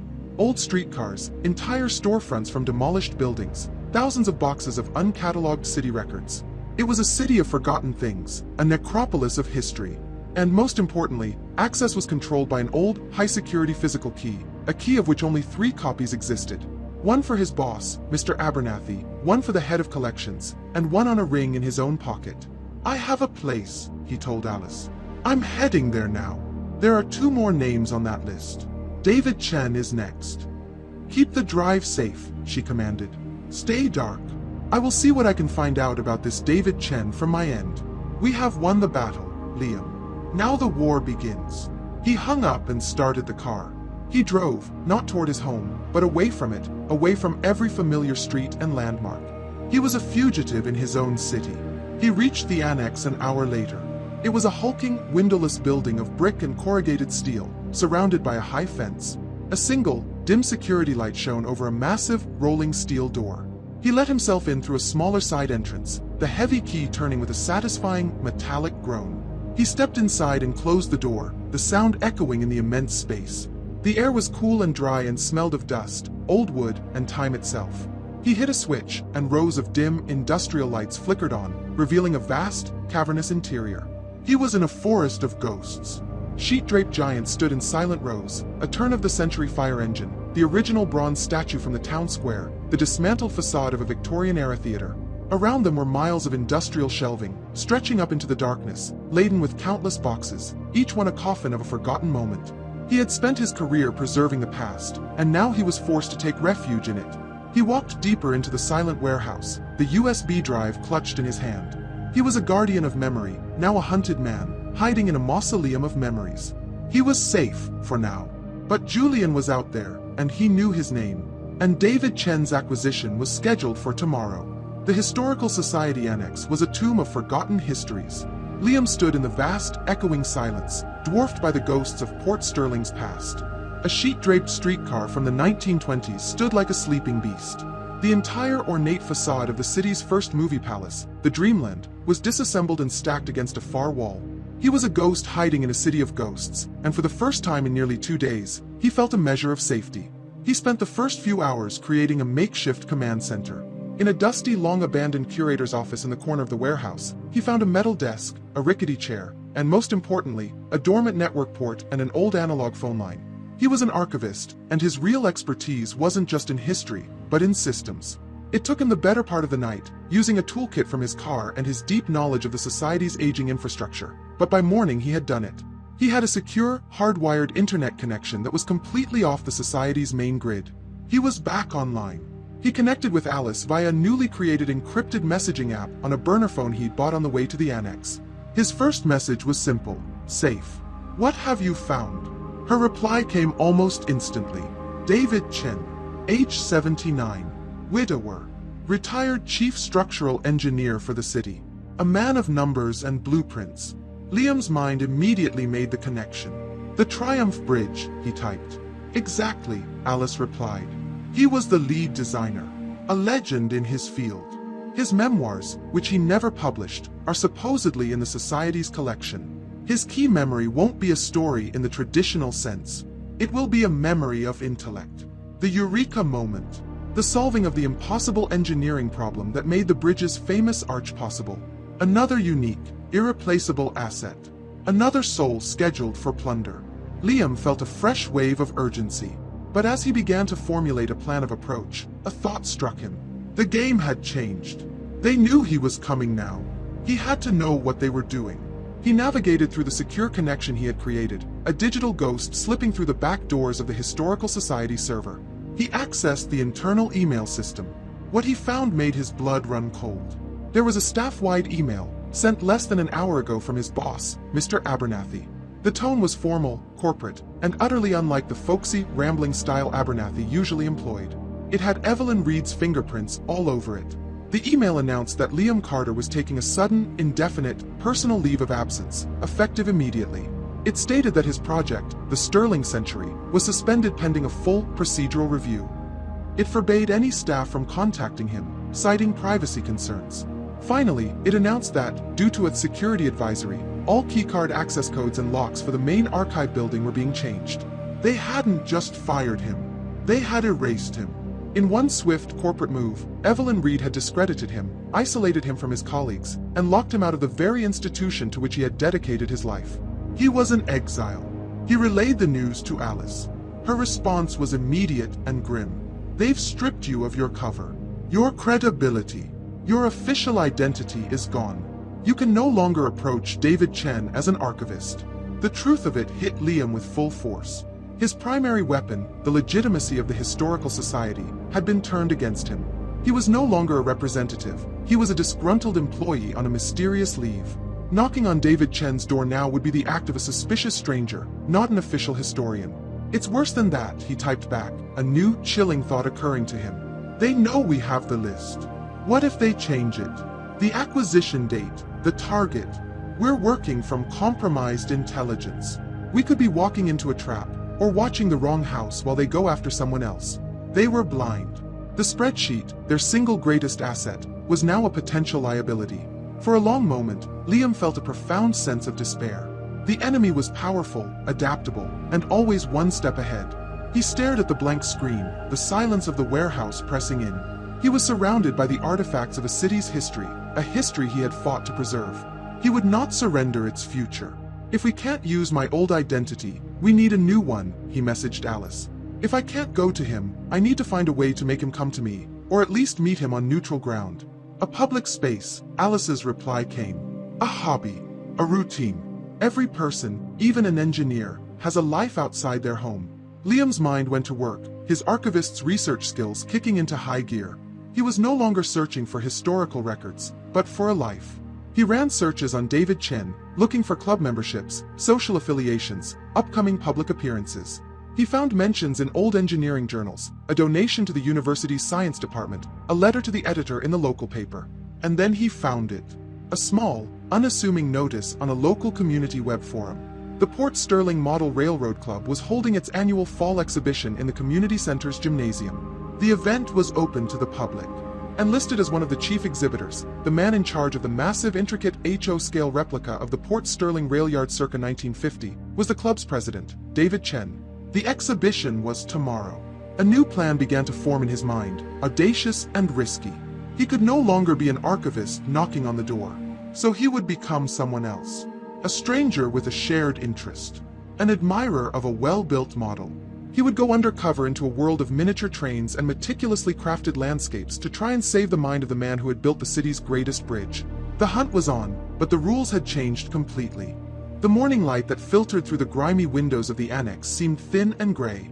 Liam had spent a restless night on a cot he'd found in the curator's office, the silent, sheet-draped giants of the warehouse his only companions.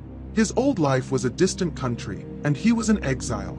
Today, he would adopt a new identity. He shed his archivist's uniform of a button-down shirt and slacks, changing into a simple pair of jeans, a plain gray t-shirt, and a worn denim jacket, the anonymous costume of a weekend hobbyist. He was no longer Liam Carter of the Historical Society. He was just a man visiting a train show. He drove to the Port Sterling Community Center, the burner phone in his pocket his only link to his ally. Alice was his remote handler, feeding him information she was gathering in a frantic race against time. The community center's gymnasium was a startling, vibrant world of miniature perfection.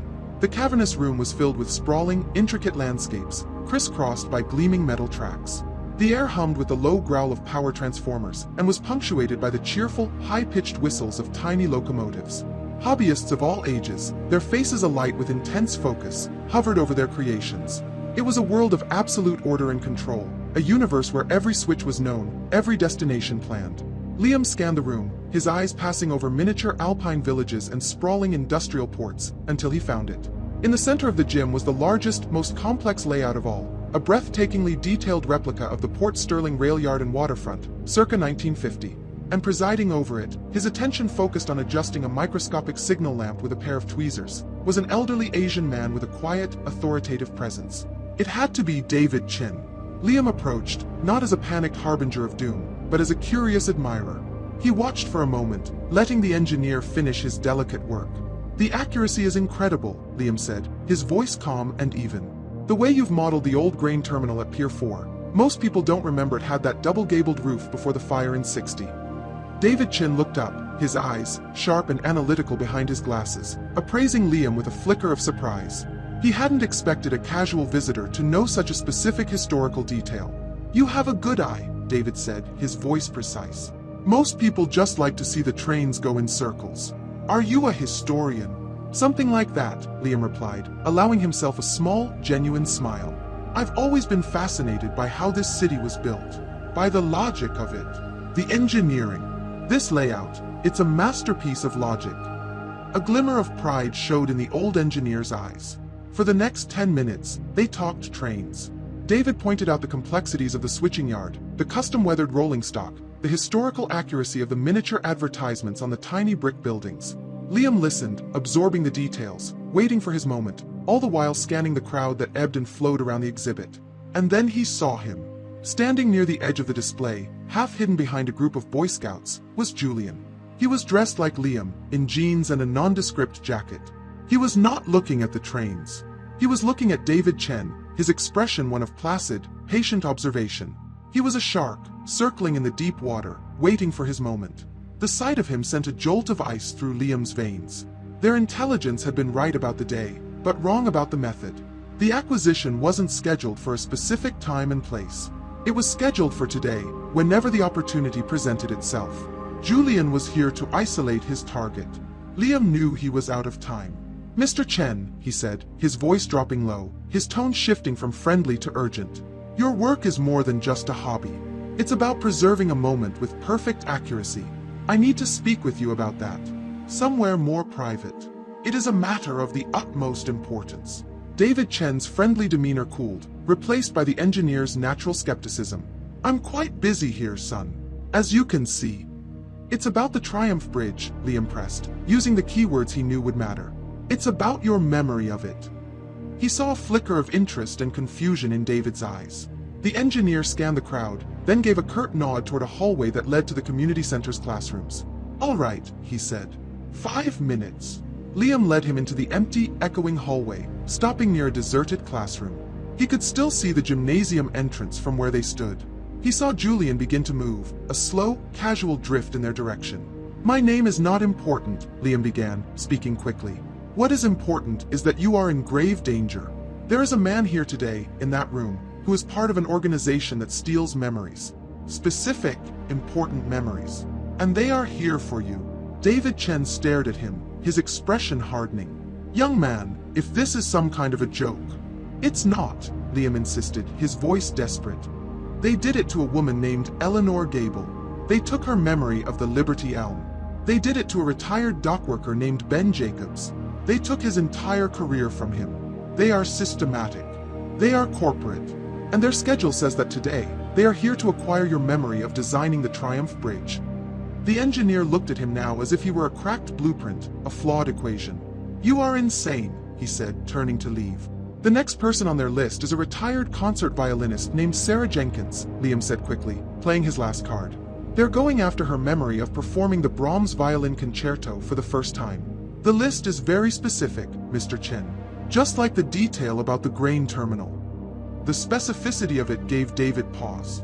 He stopped, his back still to Liam, wrestling with the utter madness of the claim versus the chilling detail of the evidence. It was in that moment of hesitation that Julian appeared at the end of the hall. He wasn't hurrying. He was walking with a calm, deliberate pace, his hands in his pockets. His charming smile was gone, replaced by a neutral, placid expression that was far more terrifying. His eyes were fixed on them. He was a predator, closing the distance, his prey now cornered. "Mr. Chen," Liam said, his voice a low warning. "Don't look now, but the man I'm talking about is walking towards us." David Chen slowly turned, his skeptical gaze shifting from Liam's desperate face down the long, empty hallway to the approaching, unervingly calm figure. He was trapped, caught between an unbelievable warning from a frantic stranger and the silent, inexorable approach of a man who looked like anyone and no one at all. The hallway stretched out before them, a sterile, silent corridor that had suddenly become a battlefield. David Chen stood frozen between Liam's frantic, unbelievable warning and Julian's calm, inexorable advance. To his logical engineer's mind, Liam was a variable he couldn't solve, an anomaly in the data. Julian, however, was a known quantity, a polite young man. Julian stopped about 10 feet away, his expression shifting to one of practiced, deep concern. He ignored Liam completely, addressing the old engineer as if they were the only two people in the hall. "Mr. Chen, I am so sorry to interrupt. My name is Julian Marks. I'm a volunteer with a university outreach program. Is this man bothering you?" He gestured toward Liam with a small, sympathetic tilt of his head.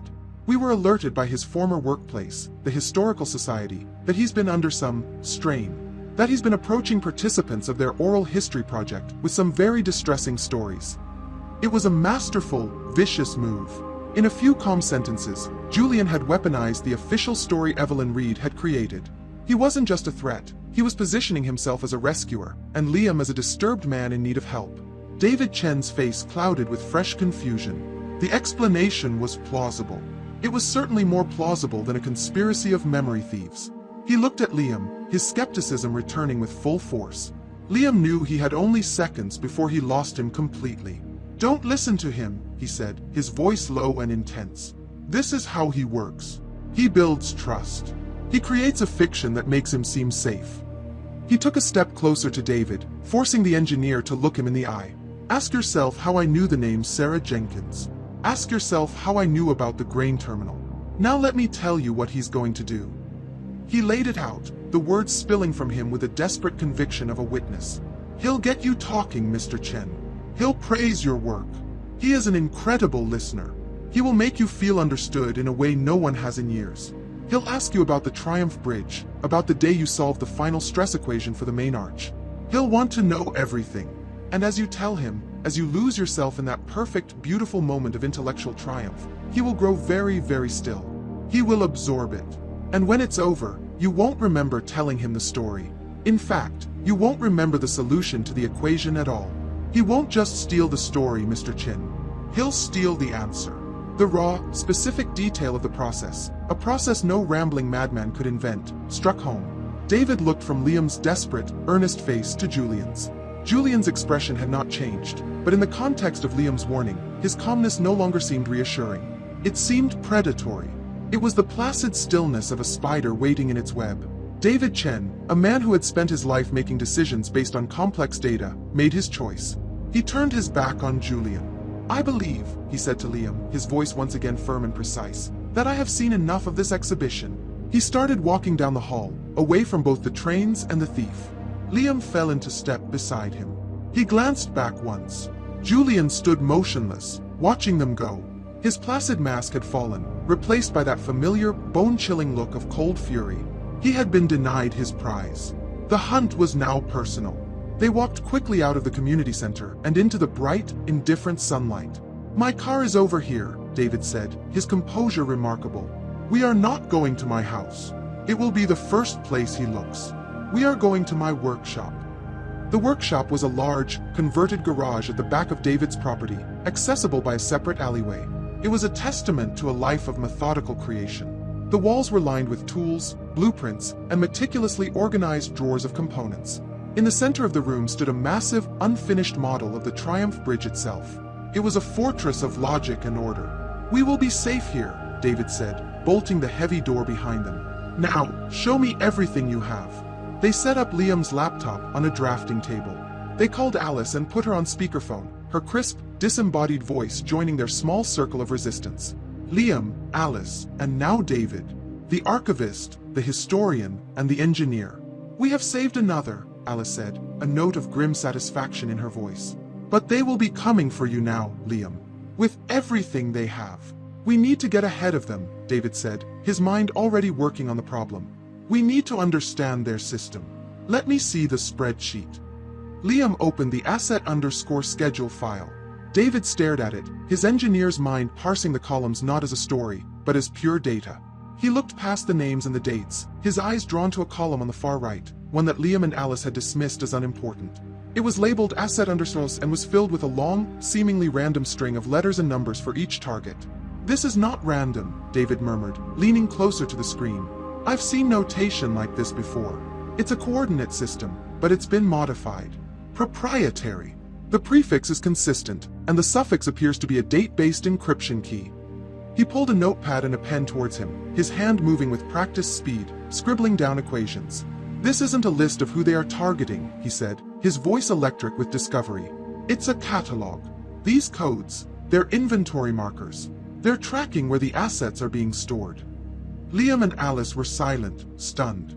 They had been so focused on protecting the victims, they had never truly considered what happened to the memories after they were stolen. David finished his calculations. He cross-referenced the alphanumeric string with a public cartographical database, compensating for the proprietary modifications he had deduced. He typed a final query into a mapping program. They're not just storing them, he said, his voice a low, awestruck whisper as a single red pin appeared on the map of Port Sterling. They're consolidating them. All the codes, from Eleanor Gable to my own, they all resolve to the same physical location. He turned the laptop screen for Liam to see. The red pin marked a large modern building in the city's redeveloped tech district. It was a sleek, anonymous structure of glass and steel. A sign out front, visible on the satellite image, gave its name. It was the headquarters of a data security and analytics firm. A firm founded and owned by Evelyn Reed. My God, Liam breathed. It's a library. They built a library for the memories they've stolen. They had found the vault. The treasure house. The place where the stolen pieces of 100 souls were being kept. Their mission had just changed. They were no longer just running. They now had a target. David Chen's workshop, once a place of quiet, methodical creation, had become a war room. The massive, half-finished model of the Triumph Bridge stood in the center of the room like a silent monument to the very thing they were fighting for, the integrity of memory and intellect. Liam, David, and the disembodied voice of Alice on the speakerphone formed a council of war, their world now shrunk to the single, glowing red pin on a digital map. So it's not a metaphor, Alice's voice crackled through the speaker, sharp with a historian's awe. They actually built a library. A vault. My God, the sheer hubris of it. It's not a library of books, David countered, his eyes scanning the satellite image of the sleek, glass and steel building. It's a data center. A server farm. Memories are not ink on paper. To them, they are quantifiable assets. They're converting the electrical impulses of a human mind into cold, hard data. They're not storing stories, they're storing code. The thought made Liam's skin crawl. He, an archivist who believed in the sanctity of the original artifact, was facing an enemy who saw the human soul as something to be digitized, copied, and stored on a hard drive. It was the ultimate desecration. But why? Liam asked, the question that had haunted him from the beginning. What is Evelyn Reed's endgame? Why collect these specific, emotional memories? Power, Alice answered without hesitation. History teaches us that the ultimate power is not in controlling the future, but in controlling the past. What is a person, if not the sum of their memories? If you can erase or rewrite that, you can control them. Imagine this technology scaled up. Applied not just to the elderly, but to politicians, to scientists, to witnesses. It's the perfect weapon. The chilling implication hung in the air. But before they could fall further down that dark path, Liam brought them back to the immediate crisis. Sarah Jenkins, he said, tapping the next name on the spreadsheet. The violinist. Her acquisition is scheduled for tomorrow. We have a new target, but we can't forget the old one. Their victory with David had been a public affair. They couldn't risk the same tactic twice. Julian would be expecting it. The entire organization would be on high alert. We need a new approach, Alice's voice commanded. We can no longer be the ones to make contact. We are known entities now. We need to find a proxy, a trusted voice. She fell silent for a moment, and Liam could almost hear the gears of her mind turning, sifting through a lifetime of connections. I know a man, she said finally. A musicologist at the university, Charles Albright. A former student of mine. He knows Sarah. I can call him. I won't tell him the truth, of course. But I can impress upon him the urgency of delivering a message. Tell her to cancel her appointments. Tell her not to speak to any strangers about her past. It's a flimsy shield, but it's the only one we have to offer her from a distance. While Alice went to work on her desperate, second-hand warning, David Chen turned his formidable intellect to their new primary target, Evelyn Reed's corporate headquarters. If we are to understand the beast, the engineer said, we must first understand its skeleton. With a few deft keystrokes, he bypassed a low-level firewall and accessed the city's public database of architectural and engineering plans. He pulled up the complete blueprints for Reed's building. They stared at the screen, a cross-section of a modern-day fortress. Facial recognition at all entrances, David narrated, tracing the lines with his finger. Pressure plates in the hallways. The server room is in a magnetically sealed, temperature-controlled vault in the sub-basement, with its own dedicated power supply. It's virtually impregnable. Liam felt his hope begin to sink. The building was a black box, a technological tomb. There was no way in. It's impossible, he said. Nothing is impossible, David countered, a spark in his eye. It simply means we are looking at the wrong set of plans. He toggled from the modern architectural drawings to a series of older, historical city surveys of the same downtown block. No building exists in a vacuum. It is built on top of what came before. Liam understood immediately. His own expertise, the history of the city itself, was a potential key. He logged into the Historical Society server through his hidden back door, his fingers flying across the keyboard, searching for the oldest maps of the city's infrastructure. He pulled up a digitized copy of a city engineering survey from 1890.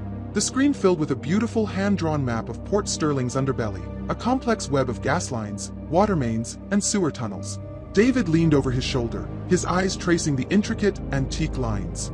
"There," David said, pointing to a thick, brick-lined artery that ran through the heart of the old city. A Victorian-era main storm sewer. Decommissioned in the 1950s when they rebuilt the waterfront. Most of it was filled in, but this central section. Liam's fingers worked quickly, overlaying the old hand-drawn map with the modern, digital one. The two images merged, the past and present becoming one. The faded 19th century line of the forgotten sewer tunnel ran like a phantom artery directly beneath the city block, passing squarely under the highlighted, impregnable box of Evelyn Reed's sub-basement server room. They both stared at the screen, a wild, audacious possibility dawning between them. The fortress had a secret. A forgotten, subterranean back door, left there by history itself. Liam looked at David, his heart pounding with a mixture of terror and exhilarating hope. "I think," he said, his voice barely a whisper, "I've found a way in." The discovery of the hidden tunnel transformed the atmosphere in David Chen's workshop. The despair that had been creeping in was burned away by a new, dangerous fire. They had a path. An impossible, subterranean, half-insane path, but a path nonetheless. For the first time, they were not just reacting, they were planning an attack. An infiltration, Alice's voice crackled from the speakerphone, a mixture of academic fascination and strategic excitement. It's a classic historical maneuver, using the enemy's own forgotten history against them. It's beautiful. It's beautiful in theory, David cautioned, his practical engineer's mind already dissecting the immense challenges. But what is our objective? What do we do if we actually get inside? The question hung in the air. Liam thought of the stolen memories, converted into cold data, stored on a server. "We can't destroy it," he said, the archivist in him recoiling at the thought. Destroying the servers would be like burning the library to get rid of a bad book. We'd be erasing Eleanor and Ben and all the others a second time, and this time, it would be forever. The goal can't be destruction. It has to be liberation. "Liberation," David murmured, testing the word. "You mean copy the data? Steal it back?" "Exactly," Liam confirmed. "We acquire the entire database. And with it, we find tangible proof of what they're doing, something we can leak to the world, something so undeniable that not even Evelyn Reed's influence can cover it up. And, maybe, we find a way to give the memories back." It was a goal so audacious it bordered on fantasy, but it was the only one that felt right. They were not vandals. They were guardians. Their mission now had two prongs. The first was to continue their rearguard action, protecting the last name on their compromised list. The second was to plan their assault on the vault. Alice took point on the former. She spent the morning on the phone, a ghost pulling on the strings of her past life. She finally reached her contact, the musicologist Charles Albright. She reported back to the workshop, her voice tight with tension. "The message has been delivered," she said. Charles was, as expected, deeply confused, but I was persuasive.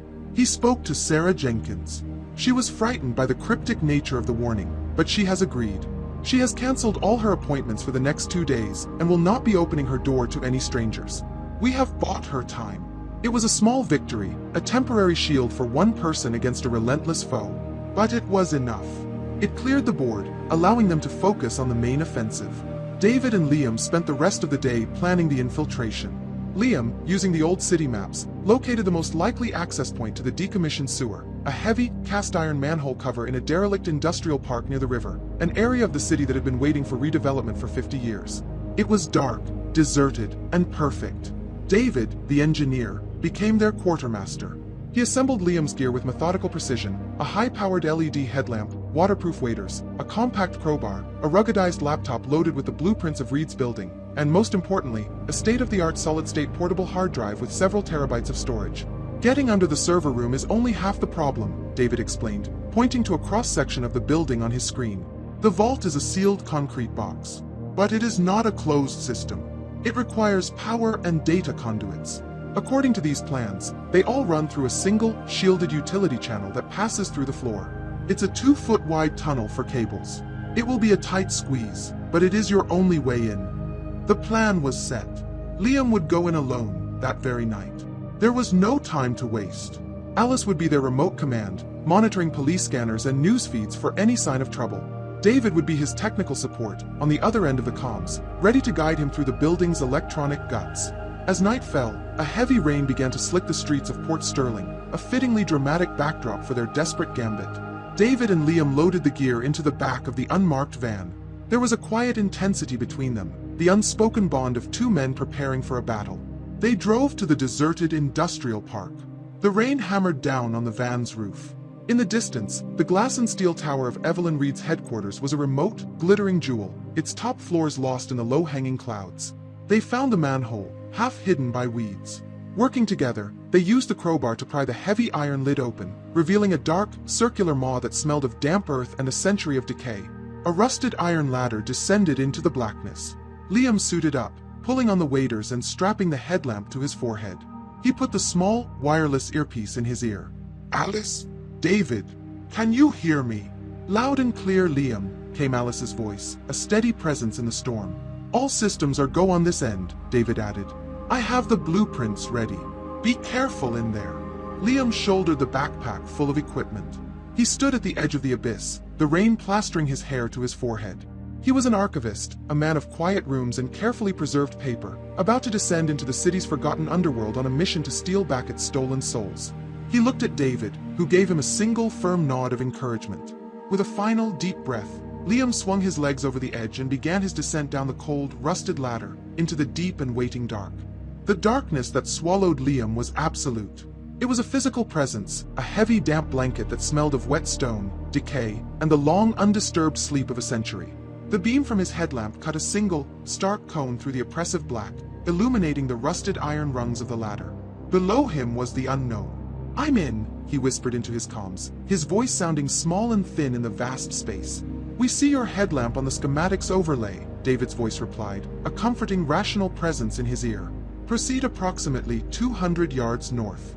The tunnel should be straight, but be aware of potential degradation in the brickwork." He reached the bottom of the ladder, his boots sinking into a shallow layer of slick, cold mud. The sewer tunnel was a perfect, brick-lined arch, a masterpiece of Victorian engineering. It was wide enough for him to stand upright, but the oppressive darkness on all sides made it feel impossibly claustrophobic. The only sounds were the steady drip, drip, drip of water from somewhere above, and the soft squelch of his own footsteps. This was the city's forgotten subconscious, a place of pure, unlit history. He moved forward, the historical map glowing on the ruggedized laptop he carried. He was an archivist in the ultimate archive, navigating a primary source document in real time. The journey was a tense, slow crawl. He squeezed past a partial collapse, the crumbling bricks scraping at his backpack. He waded through a knee-deep pool of stagnant, icy water that sent a profound chill through him. The voices of Alice and David were his only lifeline, their calm guidance a shield against the creeping dread of the deep, dark place. After what felt like an eternity, David's voice came again. "Stop, Liam. You're there. According to the original city survey and the modern blueprints, the server vault is directly above you." Liam angled his headlamp up. The curved brick ceiling of the sewer gave way to a flat, smooth, and unmistakably modern slab of reinforced concrete, the foundation of Evelyn Reed's fortress. He could feel, more than hear, a low, deep frequency hum vibrating through the soles of his boots. It was the sound of the library, the collective thrum of 1,000 stolen moments. He found the utility channel hatch exactly where David said it would be, a square of dark metal set flush with the concrete. "There's an electronic maglock," Liam reported. "No keyhole. There will be a service panel on the wall of the conduit, just beside the hatch," David said. "Pry it open. You need to locate the red and black power leads for the locking mechanism. Short them. It should default the lock to an open state." It was a tense, delicate operation. Dangling from the top rungs of a maintenance ladder he found bolted to the wall, Liam worked with a small screwdriver, his fingers clumsy in the damp air. He found the leads, took a breath, and crossed them. A shower of bright blue sparks erupted, and the lock on the hatch above him clicked open with a loud, satisfying thud. The conduit was a tight, horizontal squeeze, a metal tube filled with thick, insulated cables that felt like sleeping pythons. He pushed the laptop in his backpack ahead of him, wriggling through the suffocating space, the hum of the servers growing louder and louder until it was a physical presence against his skin. He emerged through another panel into a blast of frigid, sterile air. He was in. The contrast was staggering. He had left a world of 19th century decay and entered a silent, hypermodern cathedral of light and information. He was standing in a vast, white room. Rows upon rows of sleek black server racks stood like monoliths, their surfaces a galaxy of slowly blinking blue and green lights. The air was cold and dry, and the only sound was the high, constant, almost holy hum of the cooling fans. This was the vault. The library. A digital mausoleum for the souls of Port Sterling. "I'm inside," Liam whispered, his voice full of awe and horror. "Don't linger, Liam. You're on the clock," Alice's voice urged, pulling him back to the mission. "Find the central rack," David instructed. "It's designated Archive Prime on the schematic. It's the nexus for the entire system." Liam moved through the cold, silent aisles, feeling like a microbe in the belly of a great machine. He found the central server, a rack taller and wider than the others, its lights blinking with a faster, more complex rhythm. He located the primary I/O port, a small, unassuming jack that was the gateway to everything. He plugged in his portable hard drive. A new light on the drive blinked to life, and a transfer window opened on his laptop screen. The data transfer began. Terabytes. The progress bar was a tiny sliver of green that seemed barely to move. He was downloading Ghosts, a digital exorcism of an entire city. He crouched behind the server rack, hidden from the main entrance, watching the percentage tick slowly upward. 5%. 10%. The silence and the humming were a hypnotic, terrifying combination. 30%. 50. His heart hammered against his ribs. Every second felt like a minute. 70%. The end was in sight. 85%. 90. And then a new sound cut through the steady hum. A sharp, electronic beat from the far end of the room. It was followed by the soft, pneumatic hiss of a hermetically sealed door sliding open. Someone was coming in. Liam flattened himself against the cold metal of the server rack, his breath catching in his throat. He had nowhere to run, nowhere to hide. He peeked through a narrow gap between two servers. A figure stepped into the stark, white light of the vault. It was not a security guard. It was not Julian. It was Evelyn Reed.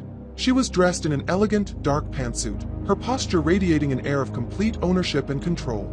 She walked into her library not with the urgency of a worker, but with the quiet, proprietary satisfaction of a collector visiting her most prized acquisitions. Liam watched, frozen, as the architect of his entire nightmare stood just yards away from him, separated by a thin wall of humming machinery. And on the screen of his laptop, the progress bar crept agonizingly toward 100%. Time seemed to slow down. Liam was a statue of ice behind the server rack. His entire world shrunk to the green progress bar on his laptop screen and the elegant, terrifying figure of Evelyn Reed standing in the heart of her library. 98%. 99. He watched as she walked slowly down the central aisle, her hand trailing lightly along the top of a server rack, like a queen surveying her silent, obedient subjects. The data transfer completed with a small, silent pop-up on Liam's screen. Transfer complete. He had it. He had it all. His hand moved, slowly, carefully, to disconnect the cable. Evelyn stopped. She wasn't looking at him. She was looking at a specific server rack, the one designated EG 1958. Eleanor Gable. She reached out and placed a hand flat against the cool, black metal. "Such a beautiful memory," she murmured to herself, her voice a soft, reverent whisper in the humming silence. The sky, the color of a bruised plum. The sound of the roots tearing from the earth. So much passion, so much power, wasted on a mind turning to dust. She shook her head, a small, sad gesture. "People think of me as a businesswoman," she continued, her voice full of a strange, chilling sincerity. "But I am a preservationist. All this beauty, all this meaning, it fades. It gets corrupted by age, by disease. It vanishes. But not here. Here it is pristine. It is eternal. Here it is safe from the frailty of humanity. Here it is art." In that moment, Liam understood. This wasn't about power or money, not entirely. It was about a monstrous, twisted form of curation. She saw herself as a rescuer, saving the Mona Lisas and starry nights of human experience from the decaying, unworthy museums of the human mind. As her speech ended, a small, insistent red light began to flash on a large monitor on the far wall. Evelyn's head turned toward it. Her soft, philosophical expression vanished, replaced instantly by a look of sharp, cold fury. The monitor displayed a system schematic, with a bright red arrow pointing from the central server to an unauthorized external device. Critical alert. Unauthorized data outflow detected. She knew. An impressive feat, she said, her voice like ice, not turning around. To get this far, I underestimated the sentimentality of the archivist. Show yourself.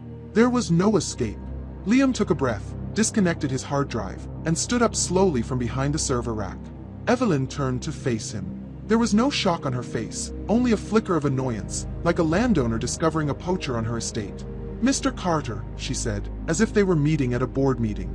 To what do I owe the pleasure? These aren't your assets to collect, Evelyn, Liam said, his voice shaking slightly but holding firm. They're people's lives. Their identities. She gave a small, dismissive laugh. An identity is a story, and stories are meant to be told, to be kept. I am simply providing a better, more permanent library. You, of all people, should appreciate that. She took a step toward him. But I'm afraid your library card has just been revoked.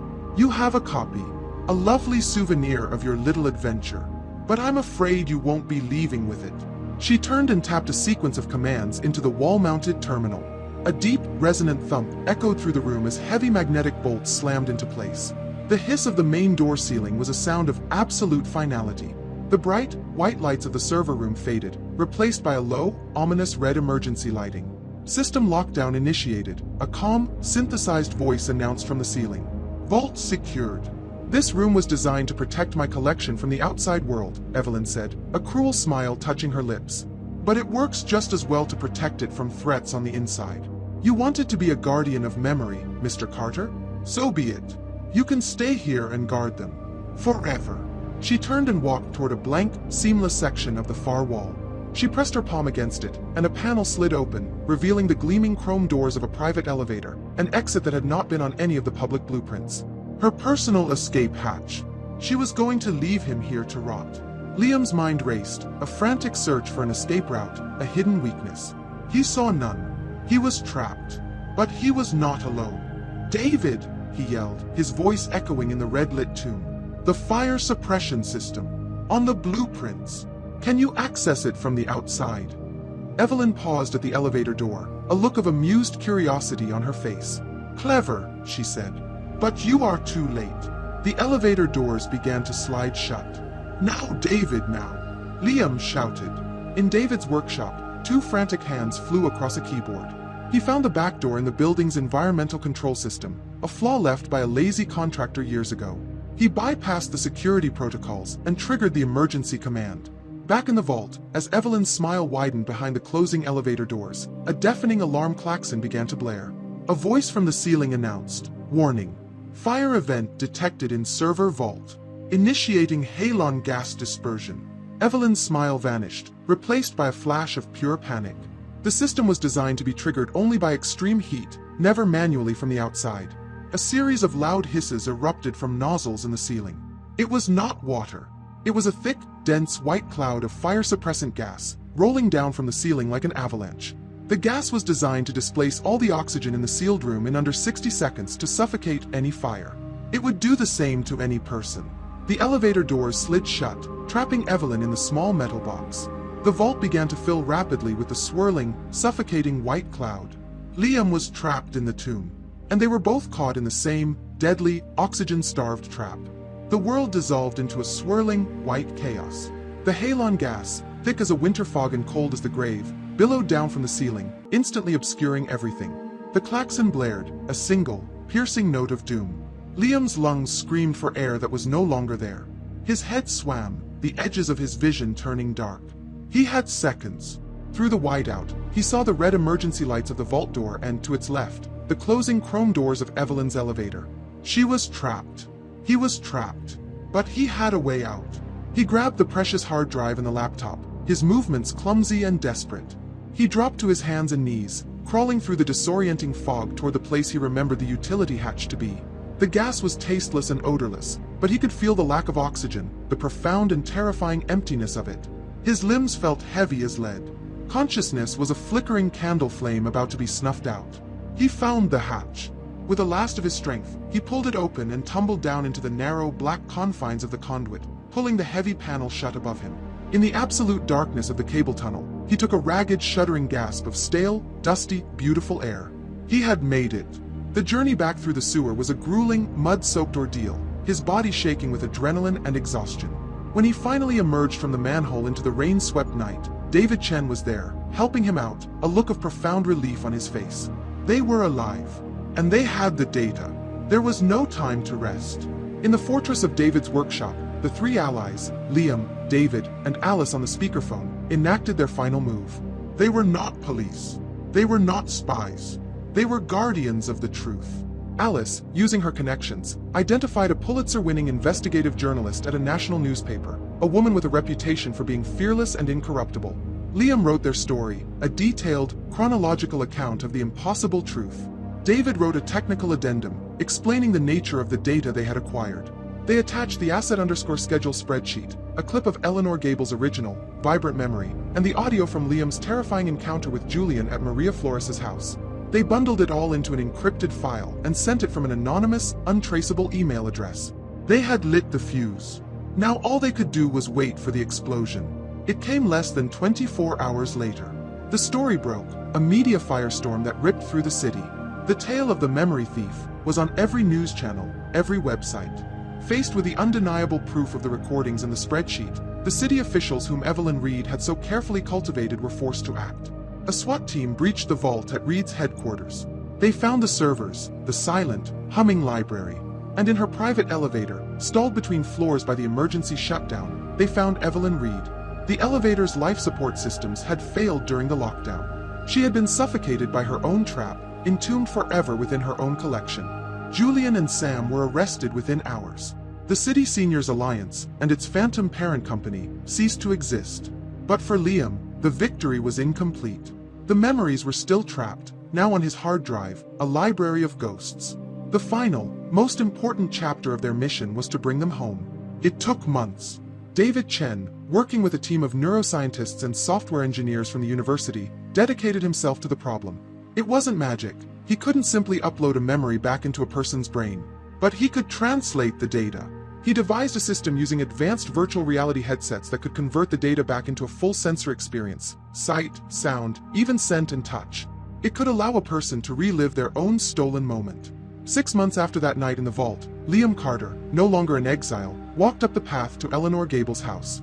He was not there as an archivist, but as a friend. He found her in the living room. He helped her put on a lightweight VR headset.